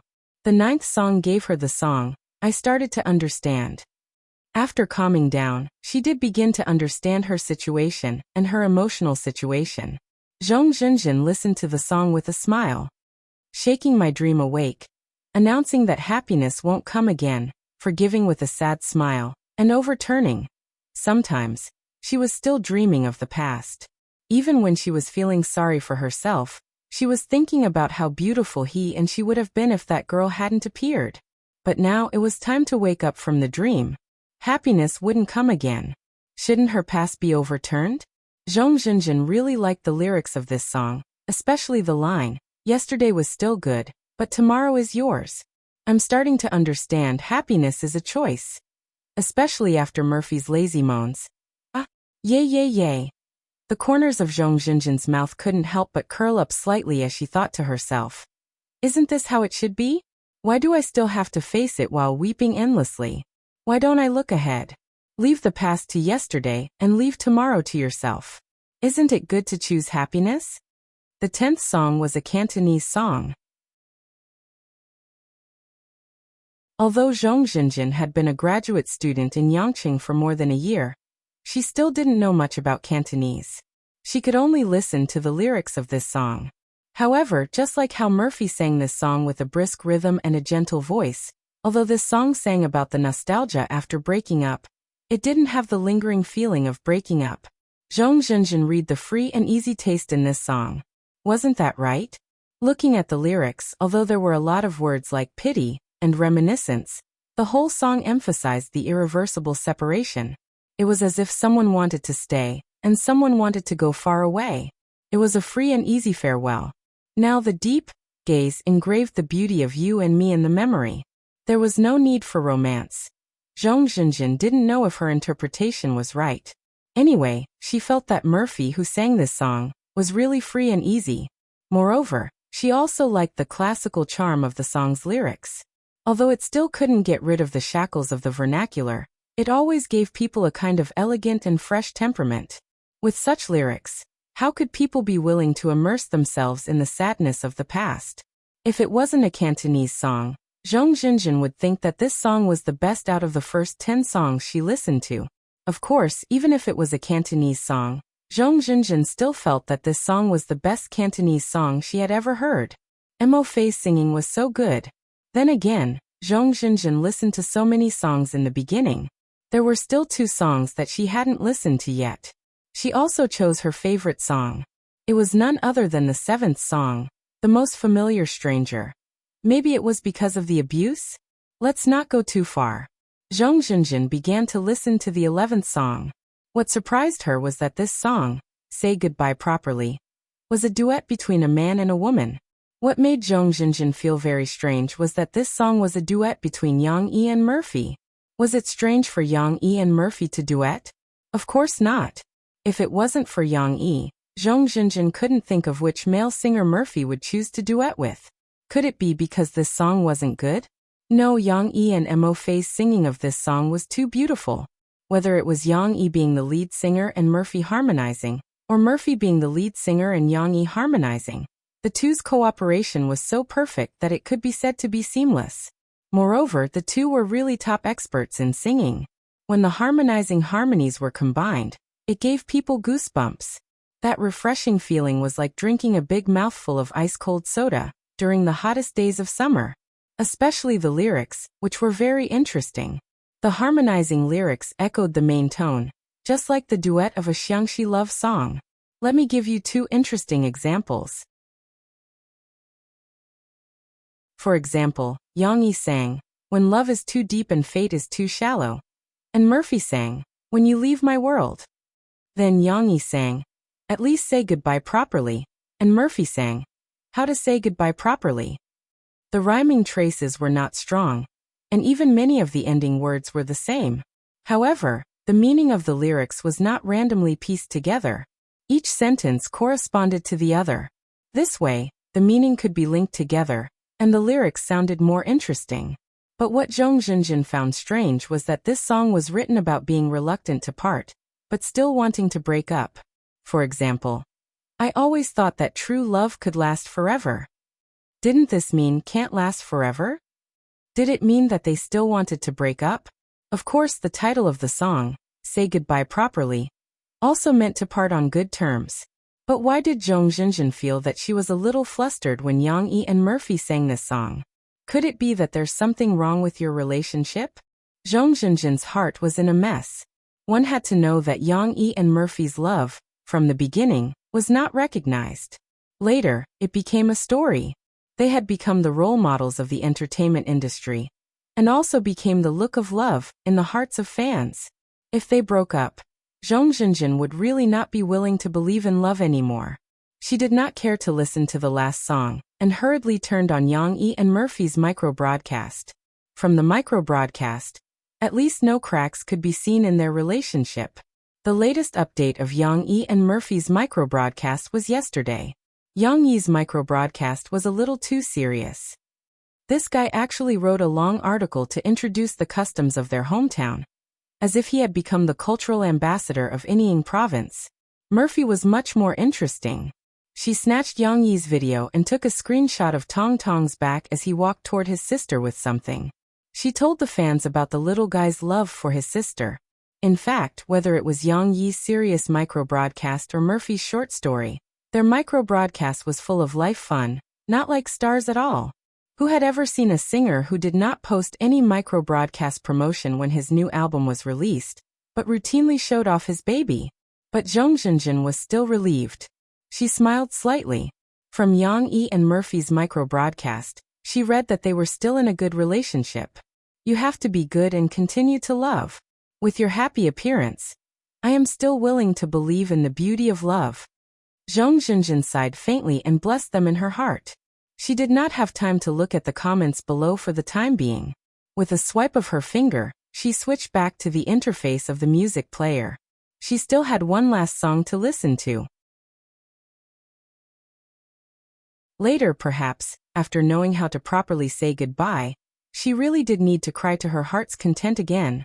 Later, I finally understood in my tears that some people, once missed, will never come back again. Tomorrow, start a new journey in life.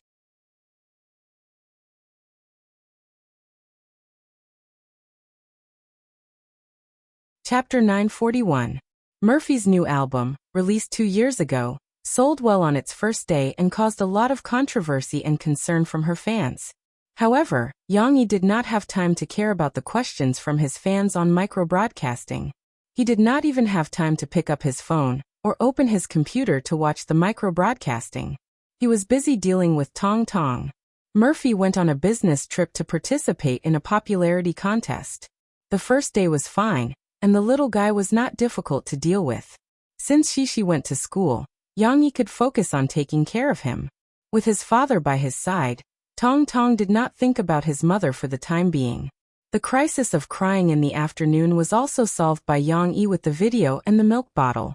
However, Tong Tong finally started to feel uneasy when he was about to take a bath at night. Tong Tong felt that something was wrong when he did not feel his mother's embrace or drink breast milk the whole day. Why did his mother disappear again? He wanted his mother to bathe him, not his father. When Yang Yi found a change of clothes for the little guy in the cupboard, Tong Tong pouted his little mouth and took small steps to look for his mother. Look for your mother after you take a bath. Good boy, Daddy wants to bathe you and your sister together. Yang Yi picked up the little guy, who was holding onto the door frame and trying to get out. He rubbed his little head and smiled. You want to bathe with your sister? Are you not happy? Shishi also wanted to bathe. Yang Yi could not leave Tong Tong alone outside when he was bathing Shishi, right? Even if the crib could temporarily trap Tong Tong and prevent him from running around, he would make more noise. I want Mom bathe. Tong Tong struggled and pouted his little mouth as he said aggrievedly. Perhaps it was due to the threat, but little Momo's language skills had been improving over the past few days. Originally, he could only use a few monosyllabic verbs, and his pronunciation was not very accurate. Now he could actually string together some titles, and vaguely he was about to form a complete sentence with meaning. The little fellow was extremely anxious. Not only did he struggle in his father's arms, his eyes were also rapidly gathering tears. If his father hit his mother again, he would definitely cry loudly, and ask his mother to come and save him. I got it. After we bathe, we can talk to Mom on the phone. There is a big screen in Dad's study. We can project Mom on it and you can talk to her, okay? Yang Yi saw that the little guy was about to cry, so he quickly snapped his fingers and raised his voice. Tong Tong was a little surprised by his father's snap. He opened his eyes wide. Although there were tears in his eyes, they did not fall and he just looked at his father in confusion. He heard his father say Mom, but he did not understand. Fortunately, at this time someone came to play along with his father. She came from next door with her underwear and nightgown. She was going to let her father bathe her, but when she heard what her father said, she happily jumped up and said, Okay. Dad, I want to see Mom too. I miss her so much. Mom. Tong Tong turned his head to look at his sister for a while, then turned his head again. He blinked his eyes, as if he was trying hard to hold back his tears. He emphasized, I want Mom. Mom will be here in a while. Look, sister is so happy. Yang Yi felt that Shishi's good mood might be contagious to Tong Tong, so he quickly pointed at Shishi and motioned for Tong Tong to look. Shishi giggled. She held her nightgown, twisted her body, and naughtily hid behind her father. Hey, you bad sister, you won't let your brother see? Yang Yi shouted. He turned around to look for Shishi with Tong Tong in his arms. Sisi threw her change of clothes on the sofa and ran away while giggling. However, she didn't run out. Instead, she circled around the furniture and avoided the sight of her father and brother. It was like playing hide and seek. She had a lot of fun. Yang Yi hugged Tong Tong and ran around in circles. At first, Tong Tong was a little confused, but after being infected by his sister's pleasant laughter, he could not help but turn his little head around. His little hands clung to his father's chest, sometimes to his father's left side, and sometimes to the right side of his father's shoulder. Hee sister. The little boy was happy. He pointed at Shishi, who was busy hiding behind the sofa, and called out to his father with a smile. Finally, he was appeased. With Shishi playing with him, Tong Tong was finally willing to settle down. Although there were still tears in his eyes, his mood was at least cheerful. 10 minutes later, in the steamy bathroom, Yang Yi sat on a small stool and gently wiped the back of Tong Tong, who was sitting naked in a small tub. In front of him were 2 tubs of the same style, one big and one small. Tong Tong was sitting in the small tub, and the warm water only reached his belly button. However, Tong Tong was not at all settled down. He kept giggling and splashing water as he looked in his sister's direction. Shishi was sitting in the big tub. The little girl was wearing a fluffy bunny ear headband on her head. It was convenient for her to tie up her long hair and prevent it from getting dirty.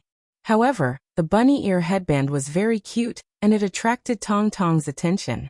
He stood up from his small tub several times, giggling, and tried to crawl to his sister's tub. He wanted to touch his sister's bunny ears. Stop fooling around, we'll be done soon. Yang Yi was busy washing the foam off Tong Tong's body. He could only press him down again and again. Sisi and her brother were also having a lot of fun. There were a lot of little toys floating on the surface of the water when she was bathing. She excitedly fished out a little yellow duck from her bathtub and enthusiastically placed it in little Momo's bathtub. Brother, this is for you to play with. Shishi's sweet laughter was very healing. At this moment, the cute little girl only lacked a pair of white wings to become a kind little angel. Tong Tong was very interested in the yellow duck. While he was still observing it, Shishi extended her arm again and taught him how to press down on the yellow duck. Then, she let go of his hand to let it float. That was not all. Yang Yi opened the drainage hole of the small bathtub, drained the foamy dirty water, and replaced it with clean hot water for little Momo. The little guy looked at the little yellow duck that was gradually floating from the bottom of the bathtub with the rising water. He was so excited that he laughed and danced with joy. It was needless to say how happy he was. Hee, Papa, little brother is so fun. On the side, Sisi was also amused by her younger brother. She turned her head with a smile and pointed at little Momo as she yelled at her father. If Yang Yi hadn't been afraid that the siblings would catch a cold and quickly wash them clean, Shishi and Tong Tong would have been playing in the water for the whole night. Finally, after the bath, Yang Yi carried Tong Tong and Shishi, who were wrapped in bath towels, on his shoulders. He rushed out of the bathroom as if he was fighting a war, and threw them on the big bed. The wind-like speed, the feeling of being carried while running, and the fact that they were looking at each other through their father's neck made Cece and little Swanee burst into laughter. Along the way, countless joyful laughter could be heard. However, little Fuchin was a little naughty. His father had just left him on the bed, and turned around to get clothes for him to wear. He couldn't wait to break free from the bath towel, and get up from the bed with his butt naked. Hee.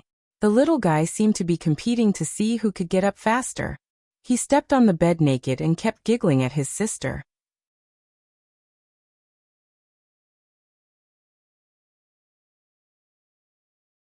Chapter 942. Yang Yi caught Tong Tong inadvertently exposing himself when he turned around. He quickly grabbed the towel beside him, wrapped it around the little guy, and pushed him down. Even so, this hooligan brother of his did not feel ashamed. Perhaps he thought that his father was playing with him, or perhaps he was proud of himself, but he kept laughing in bed. She, who was beside him, did not feel that her brother was an eyesore. The little girl was a little shy, so she wrapped herself tightly in the towel. However, she still laughed happily at her brother. Their laughter echoed each other. One big and one small, one high and one low. They were almost singing a duet. Big sister, how old are you? Do you still want daddy to help you dress like your brother? Yang Yi pouted his lips at Shi and laughed. Mommy used to bathe you. In the future, you have to learn how to bathe by yourself. You're already a big girl, so why do you still need daddy to make bubbles for you? She giggled. She wrapped herself in the blanket and rolled around like a white fluffy worm. She even rolled around with her brother before she rolled out. After a while, the little girl stopped and said mischievously to her father, I don't want to bathe by myself. I'm still a little girl. Although she said that, she still got dressed in the end. After her father helped her brother get dressed, she went to her room to get a comb and a hairdryer so that her father could blow dry her hair. It was late at night, so there was no need to wear a hairband. However, it would be more comfortable to blow dry her wet hair. It would be easier to dry it before bed.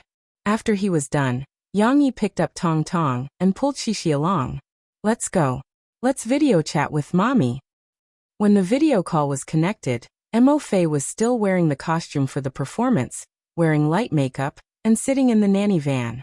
However, even if her hairstyle and makeup were different from usual, little Momo still recognized her mother. The little guy stared at Mo Fei blankly at first, ignoring that Mo Fei was talking to Yang Yi while calling him with a smile. After staring at the screen for a long time, he finally confirmed his judgment. He turned his little head, held the milk bottle that he had been drinking happily just now with one hand, and pointed the other to the big screen, and said to his father in surprise, Mama! The little guy seemed to be telling his father, Look, Mom is here too. Yang Yi was asking about Murphy's situation. As expected, Murphy won the competition today. However, after the show ended, she still accepted an interview with the reporters under Mo Xiaojuan's arrangement, so it was a little late. I've already eaten, but I'm a little tired. I'm going to take a shower and rest. Murphy complained to Yang Yi about her hard work. There's another show tomorrow, so I have to go to Shanghai early in the morning. Actually, I'm used to this kind of life, but I've gotten used to it in the past 2 years, so I suddenly feel a little tired.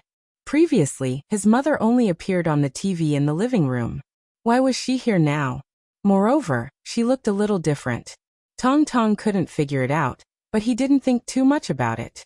After expressing his surprise to his father, Tong Tong, who missed his mother very much, happily chatted with his mother. He didn't care if his mother was talking to him or his father. Anyway, he treated it as if she was talking to him and responded to her questions. Of course, it was mainly Murphy who asked him questions. The little guy babbled and responded in Martian language that no one could understand. He probably didn't know what he was saying either, so he was dancing with joy in his chair. Murphy had no choice but to ask Tong Tong a few times and respond to her mother's words while continuing to ask about the children's situation today. He was very obedient in the afternoon and evening. The trick he used last time was very effective. Yang Yi smiled and said, However, I still want to praise Shi. Yang Yi pulled Shi, who was originally just watching from the side, to the center of the camera and said to Murphy with a smile, "Just now, when I wanted to give them a bath, Mommy was unwilling and insisted that you do it for him. Fortunately, it was she who made your brother happy. Otherwise, Dad really didn't know how to deal with this situation." She leaned in her father's arms and smiled happily. She blinked her big eyes and waited expectantly for her mother's praise. "Really? It seems that my brother still likes his sister very much." Murphy, of course, was not stingy with her praise. She praised Shishi. Before Mom went on the business trip, she told Shishi that you should be obedient and help Papa take good care of your brother. "I didn't expect you to really do it." "Very good, Mom is very happy." Murphy was more than just praising. She was more direct and said with a smile, "Since you have done so well, Mom still needs to reward you. What gift do you want? Mom will bring it back to you when she comes home." I want that little sheep doll." Shishi's eyes lit up. She jumped out of her father's arms happily and said happily, "Mom, are you coming back tomorrow?" "What little sheep doll?" Murphy forgot that Yang-yi had told her about the little sheep camel doll. She asked with some doubt, "I won't be back tomorrow, but I should be back in the morning of the day after tomorrow. It's just that you're in class, so it doesn't matter. At noon, I'll ask Papa to pick you up and we'll eat outside together." "Little sheep doll, it's little sheep doll." She pouted her small mouth, not knowing how to explain. "Dad will buy you a little sheep doll when the time comes. Don't you already have some gold coins? It's enough to exchange. This time, Mom will give you a reward. How about you let Mom give you the championship trophy she got today?" Yang-yi rubbed Shishi's small head and said with a smile, "Just like the little red flower, you should put a trophy on your bookshelf to encourage yourself. In the future, you can be like Mom and work hard to win awards." In fact, Shishi didn't care too much about a little sheep doll. Now that she had a layer of gold coins in her small treasure chest, the rich Shishi could ask her father for a little sheep doll at any time. Therefore, she wasn't as anxious as she was at the beginning. Thinking about it carefully, it seemed that the trophy that her father mentioned was pretty good too. Shishi had seen the trophy that her mother had won before, and she was very envious of it. As Shishi grew up, she gradually felt that this trophy was more beautiful than the little red flower. "Okay then, I want Mom's trophy." Shishi nodded straightforwardly. However, at this time, Tong Tong noticed that his mother had been chatting with his father and sister. He let go of the milk bottle that he was drinking and cried out with jealousy, protesting. Okay, Mama's talking to you." Murphy quickly diverted her attention. However, at this time, Murphy had also returned to the hotel. As she had to pass through the reporters on her way back, she stopped and waited until she was back in her hotel room before she hurriedly started a video call. At this time, in Jiangqing, Tong Tong had already cried because he couldn't see his mother. Although he didn't cry too intensely, Murphy's heart ached when she saw her son's tear-stained eyelashes. Murphy loved her son dearly and couldn't bear to see him cry. Therefore, she kept the video call on and chatted with Tong Tong until he was sleepy and fell asleep in his father's arms while looking at his mother's image. Yang-yi carried Tong Tong upstairs to sleep. Then he took out his phone and reported the situation to Murphy. "Okay, you should go take a shower and rest. You haven't changed your clothes yet," Yang-yi said worriedly. "But I haven't chatted with you yet." Murphy's voice became gentle when she saw that her daughter and son were no longer causing trouble. She muttered to Yang-yi, "You don't have to accompany me. My heart aches for you. You must be exhausted. Go take a shower and sleep. Be good." Yang-yi coaxed, "But I want you to accompany me. Let's keep the video call on, and you can coax me to sleep, okay?" Murphy said coquettishly as she twisted her shoulders on the small screen. Okay. You can say whatever you want." Yang-yi was amused by Murphy. He chuckled and said, "Go take a shower first. I'll accompany you when you come back. I'll go and see if Shishi is asleep." Aha. Before hanging up, there was a Murphy's obedient response.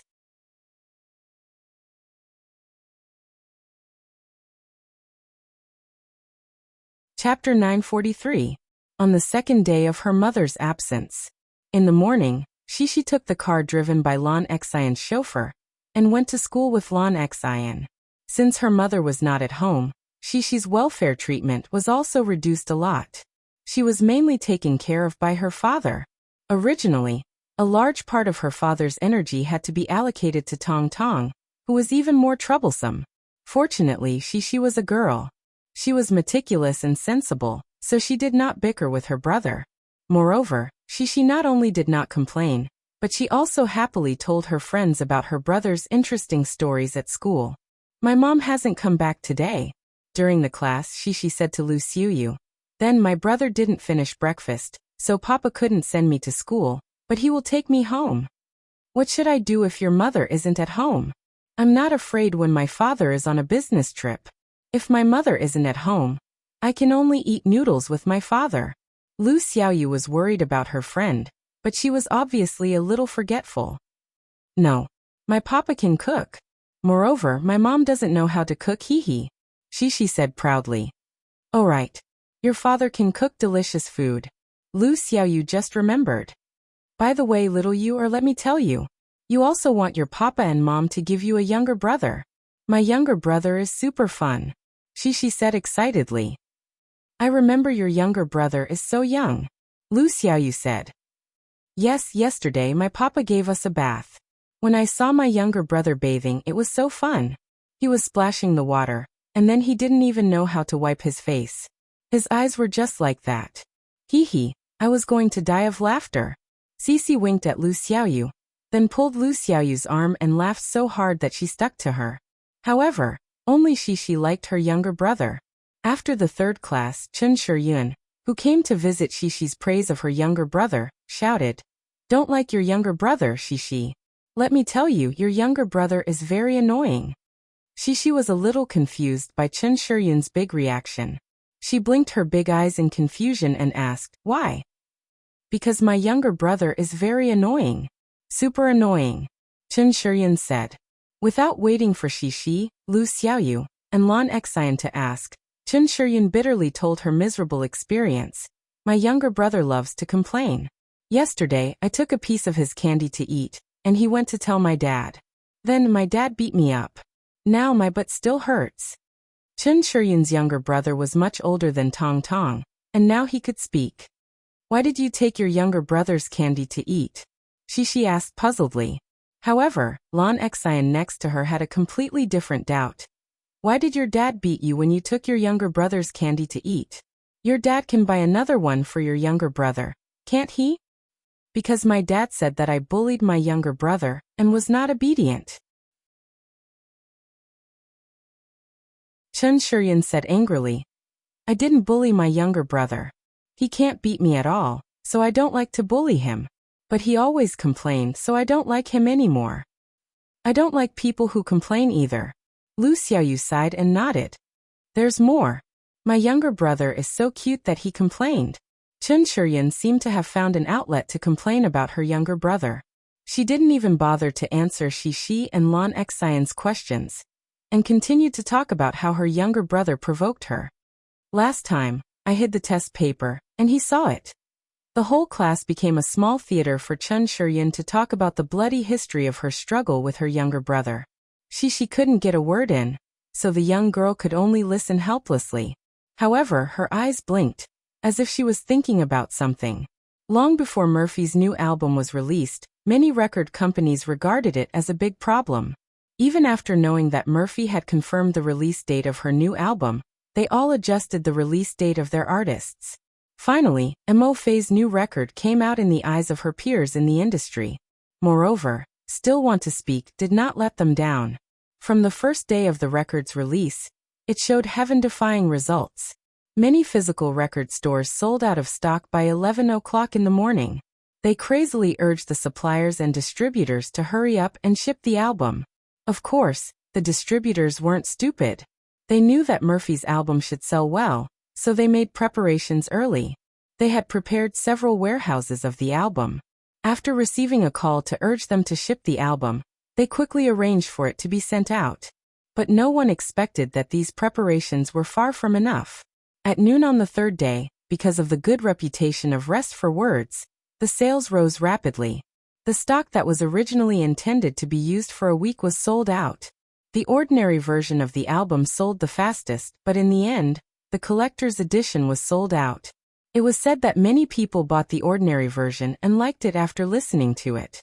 The next day, they tirelessly queued up to buy the collector's edition. South China's supply was in urgent need. Central China's supply was in urgent need. Most of the country's supply was in a red light.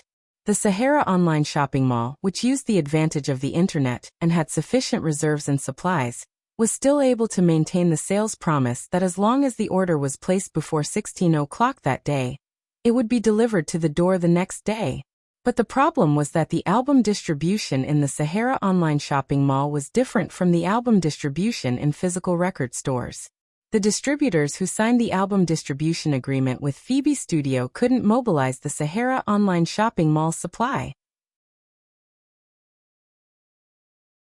If they still couldn't make up for the supply of the album, then this group of customers who couldn't wait might turn to the Sahara online shopping mall. Some people even didn't hesitate to spend more money to buy the single of each song on music websites. This was a big loss. The distributors could only grit their teeth and transfer some of the supplies from remote areas that hadn't been sold out. They would transport them all the way back to supply the eastern region. At the same time, they would contact more record factories to increase production. Of course, these behind-the-scenes games wouldn't be exposed to the public. All they could see was the sold-out music stores. Shishi's two teachers, Li Ruolin and Lu Xianxian, were recommended to buy Murphy's new album by their friends. After listening to it from their friends, Li Ruolin and Lu Xianxian, who liked it very much, decided to buy one for themselves and put it at home so that they could listen to it occasionally. Of course, their liking was different from Zhong Zhenjin's liking. Zhong Zhenjin was in a state of heartbreak, so she resonated emotionally with the songs in this record. Li Ruolin and Lu Xianxian, two single female teachers who weren't troubled by love, liked this record purely because they thought that the songs were very good. Li Ruolin liked to listen to it, while Lu Xianxian, who was lively and liked to sing and dance, wanted to learn how to sing Murphy. However, at noon, Li Ruolin and Lu Xianxian, who happened to not be in the classroom to supervise the children's lunch break, made an appointment to go to the music store to buy the album. Li Ruolin waited for Lu Xuanxuan's last class to end. The two of them chatted and laughed as they drove their electric scooter.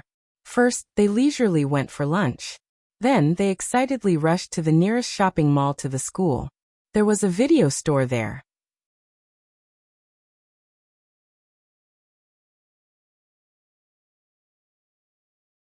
Chapter 944. What? It's sold out? When Li Ruolin and Lu Xianxian came to the music store, they were not surprised to hear such news. Lu Xianxian was shocked. She turned to Li Ruolin and said, "Forget it. If it's not available, we can only go to other stores to buy it. I know there's a music store in the cinema next door." However, the boss kindly told them, "There's no music store there. It's useless for you to go there. Moreover, let alone next door, even in the whole Jiang city, you can't find any music store with stock." "No way." Lu Xianxian looked at the boss suspiciously. "You're not lying to us, are you? You have to be honest when doing business, boss." "Why would I lie to you? Beauty, there's really no more. If you don't believe me, you can check online. Many places in the country were sold out yesterday." The boss complained. Li Ruolin tugged at Lu Xianxian. She was worried that her best friend would anger her boss, so she quickly said, "Boss, how about this? When will the goods arrive? Can we register our phone numbers and leave a copy for us?" The boss smiled and took out a thick book. He opened it, and there were several pages of Mom's phone number and name. He pointed to it and said to Li Ruolin, "Of course you can register it. If the goods arrive, we'll inform you. However, Beauty, to tell you the truth, there are too many people waiting for Murphy's new album.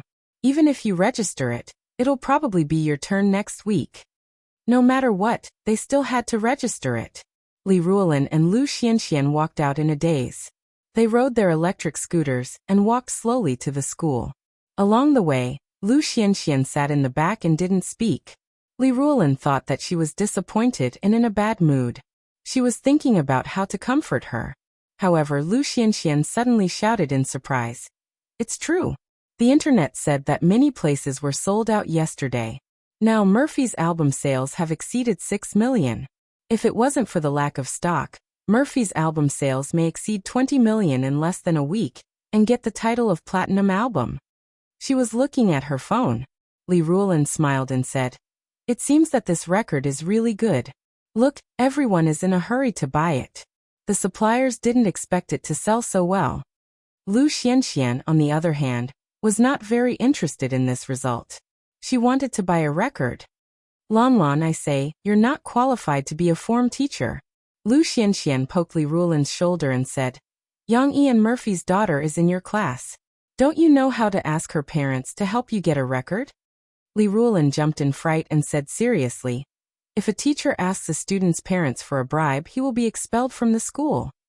"I'm not asking you to ask for a bribe. It's still the same as going to a music store. Can't we pay for it?" Lu Xianxian complained. "Why are you always so stubborn? Don't you know how to be flexible at all? Besides..." Lu Xianxian muttered, "I've heard that the other teachers have taken a lot of shopping cards and gift cards from their parents. As long as the parents don't say anything, how will the school know?" Li Ruolin shook her head and said, "We definitely can't take other people's things. If we do this, we will feel bad. Moreover, we are teachers. How can we set such a wrong example for the students?"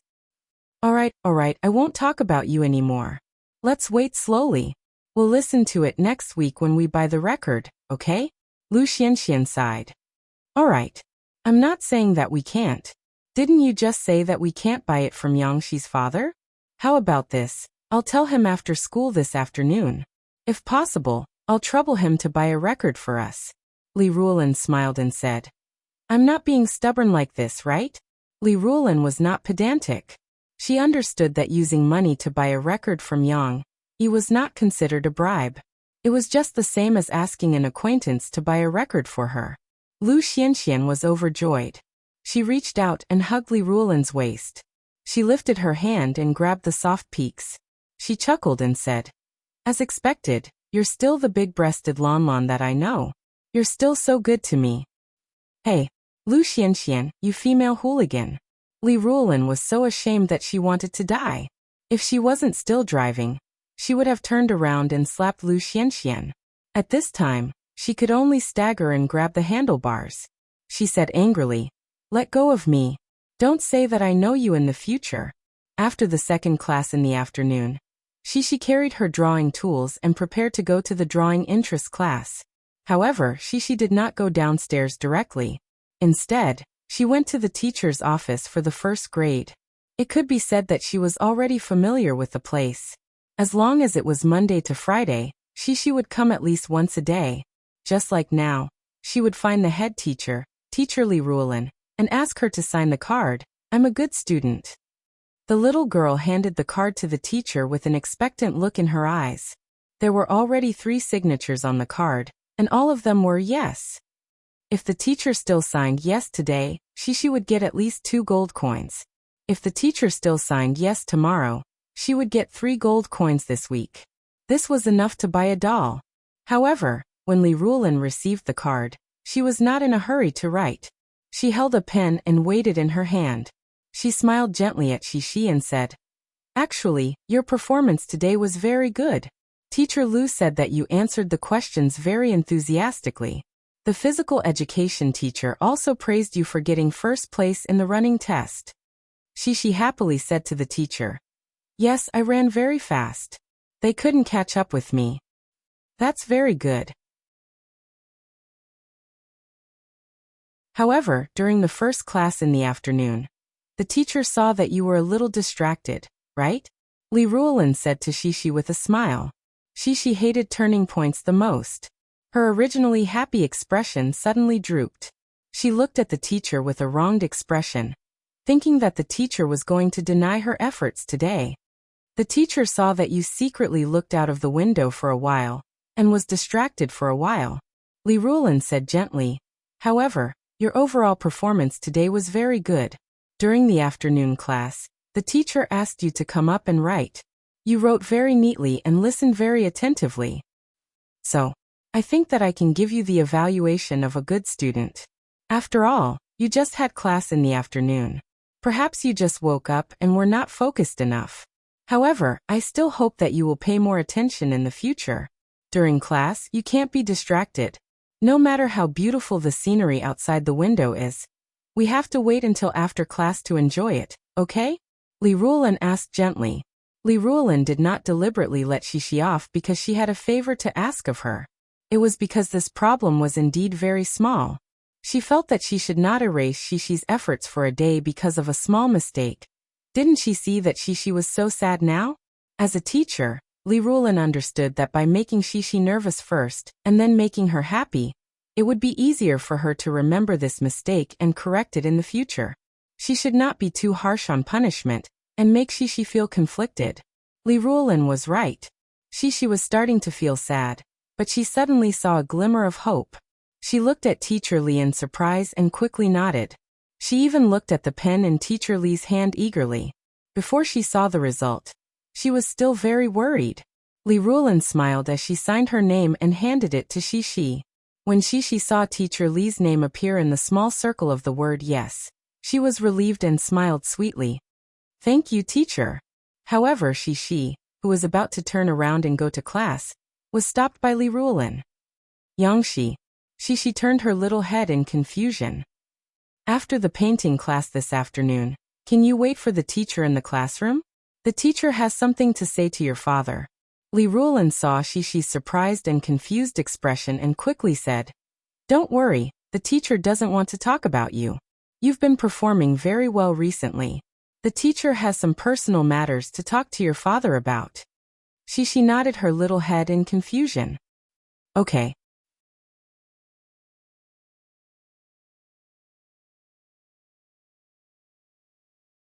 Chapter 945. Sometimes, what you think is difficult to do is just a piece of cake in the eyes of others, not even worth mentioning. Li Ruolin, who had just met Yang Yi and was about to pack up her things and go home, was a little absent-minded. Previously, her heart had been in a mess.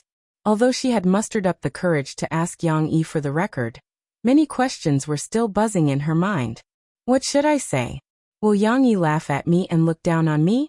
If I say that I give him money first, will he refuse? If he insists on giving me the record for free and I argue with him, won't I get into an argument with him?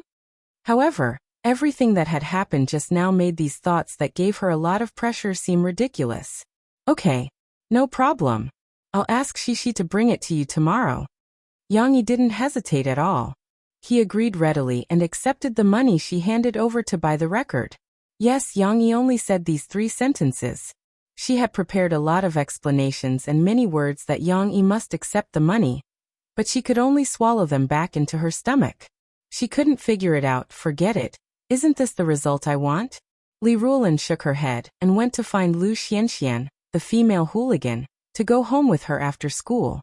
In fact, Yang Yi didn't care at all. At least when he chatted with Murphy at night, he mentioned it. He smiled and teased Murphy. Shishi's teacher is quite upright. Besides that, Yang Yi really didn't care. Isn't it just a record? In the car, he was almost dizzy from the quarrel between Shishi and Lan Xian. Originally, it was just Shishi talking about her things at school. When Shishi happily told her father that she got the I'm a good student card today and could have 3 more gold coins after collecting enough for tomorrow's share, Lan Xian felt wronged and said that she didn't have enough gold coins and couldn't make ends meet. So Shishi and Lan Xian argued. It's not a little. You have come to our house for dinner many times.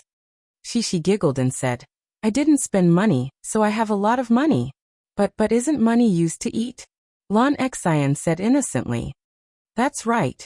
But I think you also made a lot of money, Papa. Don't you think so? Shishi asked her father excitedly. Xian made a lot of money, but in terms of the total amount, Shishi, you made a little more. Yang Yi gave a fair judgment. Look. Lan Xian didn't feel ashamed. Instead, she smiled proudly at Shishi. All right then. Shishi rolled her eyes and decided to change the topic. Papa, I drew today. Do you know what I drew? What is it? Your teacher brought you a new thing? Yang Yi asked with a smile. It's a dog. Shishi giggled. Then the dog liked to run around and was disobedient. Our teacher chased it, but I still drew it. By the way, I can ask Sister Xiaowei to draw her dog. She suddenly thought of something else. Sister Xiaowei has a new dog at home. I haven't seen it yet. I heard that it's very cute. In the evening, Yang Yi arranged for Xixi and Tong Tong to take a bath. The two little guys made a lot of noise again. After the bath, Tong Tong felt refreshed and went to bed first. Yang Yi accompanied Xixi to read books for a while. He read books before going to bed. Because Murphy was not at home, he didn't have much time to read books with Xixi these days. However, Xixi remembered her chat with Chen Shiyin today. She told her father about it with interest. After she finished talking about the story and the dialogue between the characters, Xixi said to her father worriedly, "Papa, will my brother become like Chen Shiyin's brother when he grows up?" Chen Shiyin said that you shouldn't like your brother. Are you affected by this sentence? Yang Yi asked with a smile. Cece nodded seriously and said, "That's right, I don't like people who complain either. If my brother likes to complain, then I don't like him either. But now I still like my brother because he's so fun." Behind them, Xixi still had a reluctant expression on her face. It was as if her brother was going to disappear with time and never return.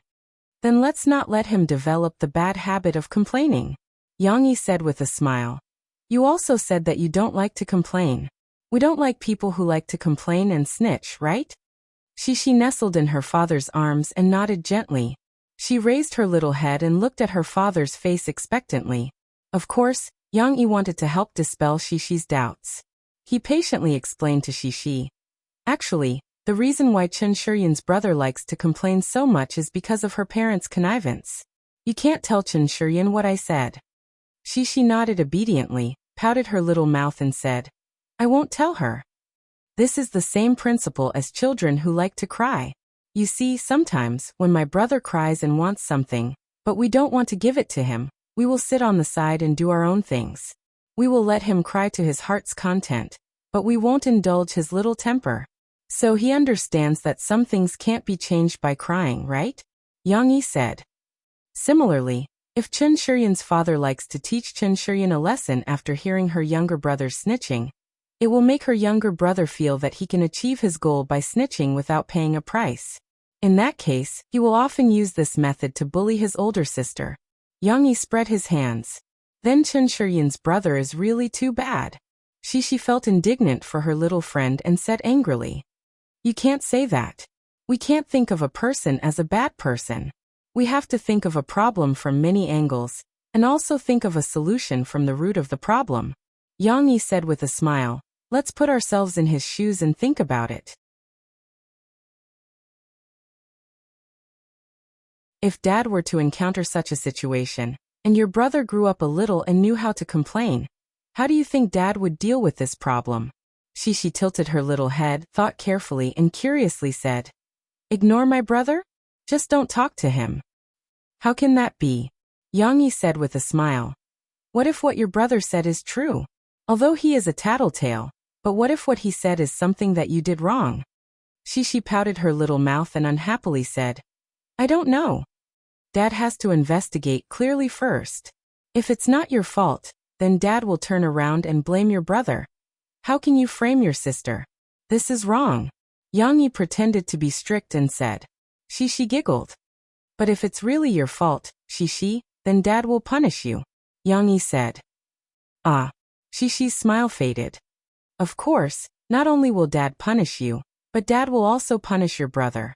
For example, if Dad is Chen Shiyin's father, I will first beat Chen Shiyin, then beat her brother. Yang Yi found that when he used Chen Shiyin as an example, Xixi's reaction would not be so big. Xixi blinked her eyes in surprise and asked puzzledly, Why? Because even if what your brother said is right, Dad will not condone him tattletale. At this time, both of them will be punished. You are disobedient, eating your brother's candy, papa, spanking your butt. Then her brother. You are always tattletale, always tattletale. How incompetent does that make Dad? Can't Dad find out that your sister has done something wrong? Yang Yi laughed.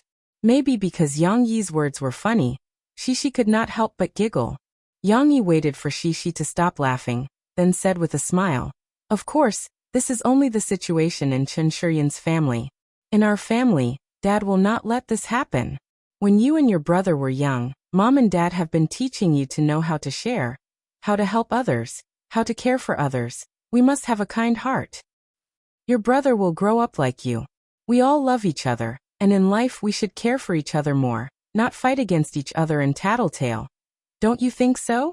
Growing up in such a positive environment, you don't have to worry about your brother tattletale and become something you don't like.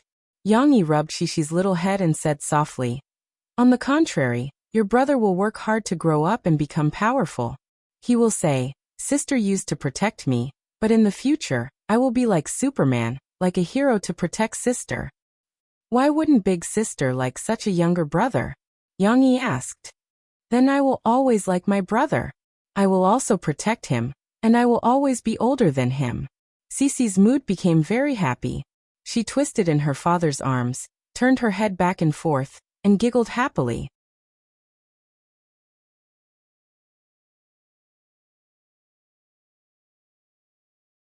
Chapter 946. On Friday morning, Cece, who was wearing thick clothes and had a beautiful scarf tied around her father's neck, threw a tantrum. She refused to carry her small school bag and hugged her father's arm. She shook her father's arm and shouted, I don't want to go to school.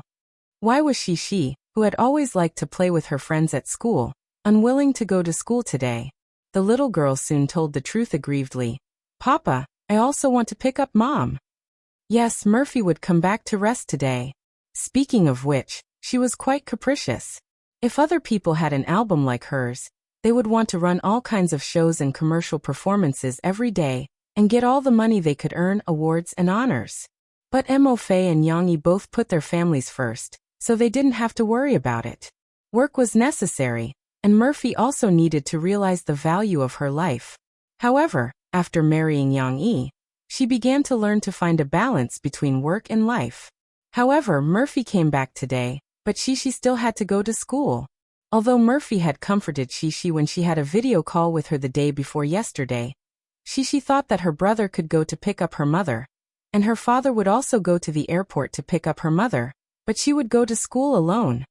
Thinking of this, she didn't know how desolate it was. She forgot what her mother said and felt so sad that she didn't want to go to school. Fortunately, Yang Yi still had a way to deal with her. After Shishi finished complaining, he smiled gently and said, But if you don't go to school this morning, who will help us tell Teacher Lee that we will give her mother's album at noon? This change was mainly because Murphy knew about it last night. She wanted Yang Yi to give Li Ruolin a signed collector's edition album. Yang Yi looked through it and found that there were collector's editions at home, but there was no signed version by Murphy. It just so happened that Murphy was back today. Yang Yi felt that there was no need to rush. He simply waited for Murphy to come back and sign the autograph before asking Shishi to bring it back to her class teacher. Shishi had stopped yelling excitedly just now.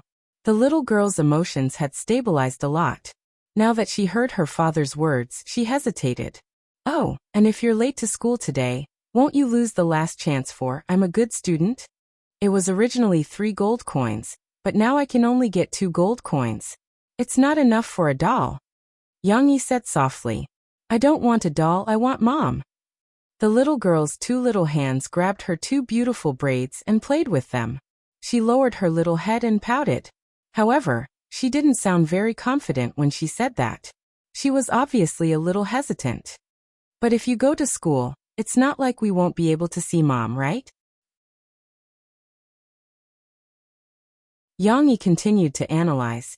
Dad and Mom will go to school to pick you up for lunch at noon. We'll come back at night and take a plane to Yangcheng together. We'll be in Yangcheng for the entire weekend. There are so many opportunities to be with Mom. Are you still going to fight for a little while? If you don't go to school, Dad, Mom, and the teacher will be sad. Mom and Dad think that you've always been a good child. I'm an obedient child. Cece unwillingly twisted her little butt, her little body swaying as she made sounds of protest. Then let's go to school and follow Dad's plan. We'll see Mom at noon, okay? Yang Yi smiled as he took her school bag and gave Shishi a way out. Dad also believes that you're a good child. Although Shishi was still a little unwilling, she still carried her school bag and got into Lan Xian's family car to go to school.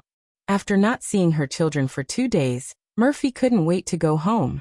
Last night, there was a small problem during the recording, and she was busy until 10 p.m. She even had a video call with Tong Tong, so she took advantage of the break to chat for a while. Although she didn't have a good night's rest, she still took the 7 p.m. flight back to Jiangqing from the capital. The plane slowly landed at Jiangqing's international airport in the coastal area. After a while, Mo Xiaowan and Murphy, two beautiful women wearing sunglasses, appeared at the entrance of the arrival hall. Mo Xiaowan was wearing a suit and looked like a manager. Compared to Murphy, who was wearing a trench coat and sunglasses, Murphy's star shone brighter. However, although Mo Fei looked cold, she was not as cold as a big star. She also took out her mobile phone and looked around anxiously like an ordinary passenger, looking for the traces of her relatives who had come to pick her up at the airport. Here, Yang Yi's voice was deep and magnetic. It was very distinguishable in the noisy environment. Murphy followed the sound and found him immediately.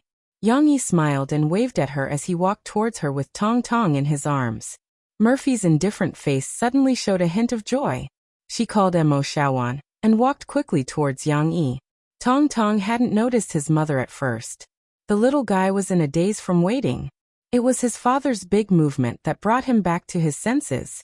He looked in the direction his father was pointing and finally saw his mother. A real mother was much more attractive than the one on the TV screen. The little guy was pleasantly surprised. He cried out in surprise as he struggled to get down. He couldn't wait any longer. He wanted to be in front of his father and walk over to welcome his mother. Of course, this was a beautiful idea. However, it wasn't possible. The arrival hall was crowded with people. How could Yang Yi let Tong Tong, who was so small that anyone could kick him around like a ball, walk? Fortunately, Murphy had already walked over. Yang Yi only used one hand to gently hug Murphy. Murphy's arms were occupied by Tong Tong. The little guy directly stretched his body out and stood between his father and mother. Mo Xiaowan watched Murphy carry Tong Tong from the side. She smiled and said to Murphy, "Look at how much he missed you." Murphy hugged Tong Tong and intimately rubbed her forehead against him. Then, she smiled proudly at Mo Xiaowan and said, "Of course he's my flesh and blood." However, Murphy was now a hot topic in the news. When she appeared at Shanghai International Airport, many reporters had already caught her whereabouts.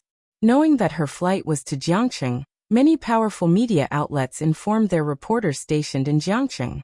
Therefore, before Yang Yi and the others could leave the hall, they were heavily surrounded by reporters. They still had to be interviewed by the reporters. Murphy hugged Tong Tong.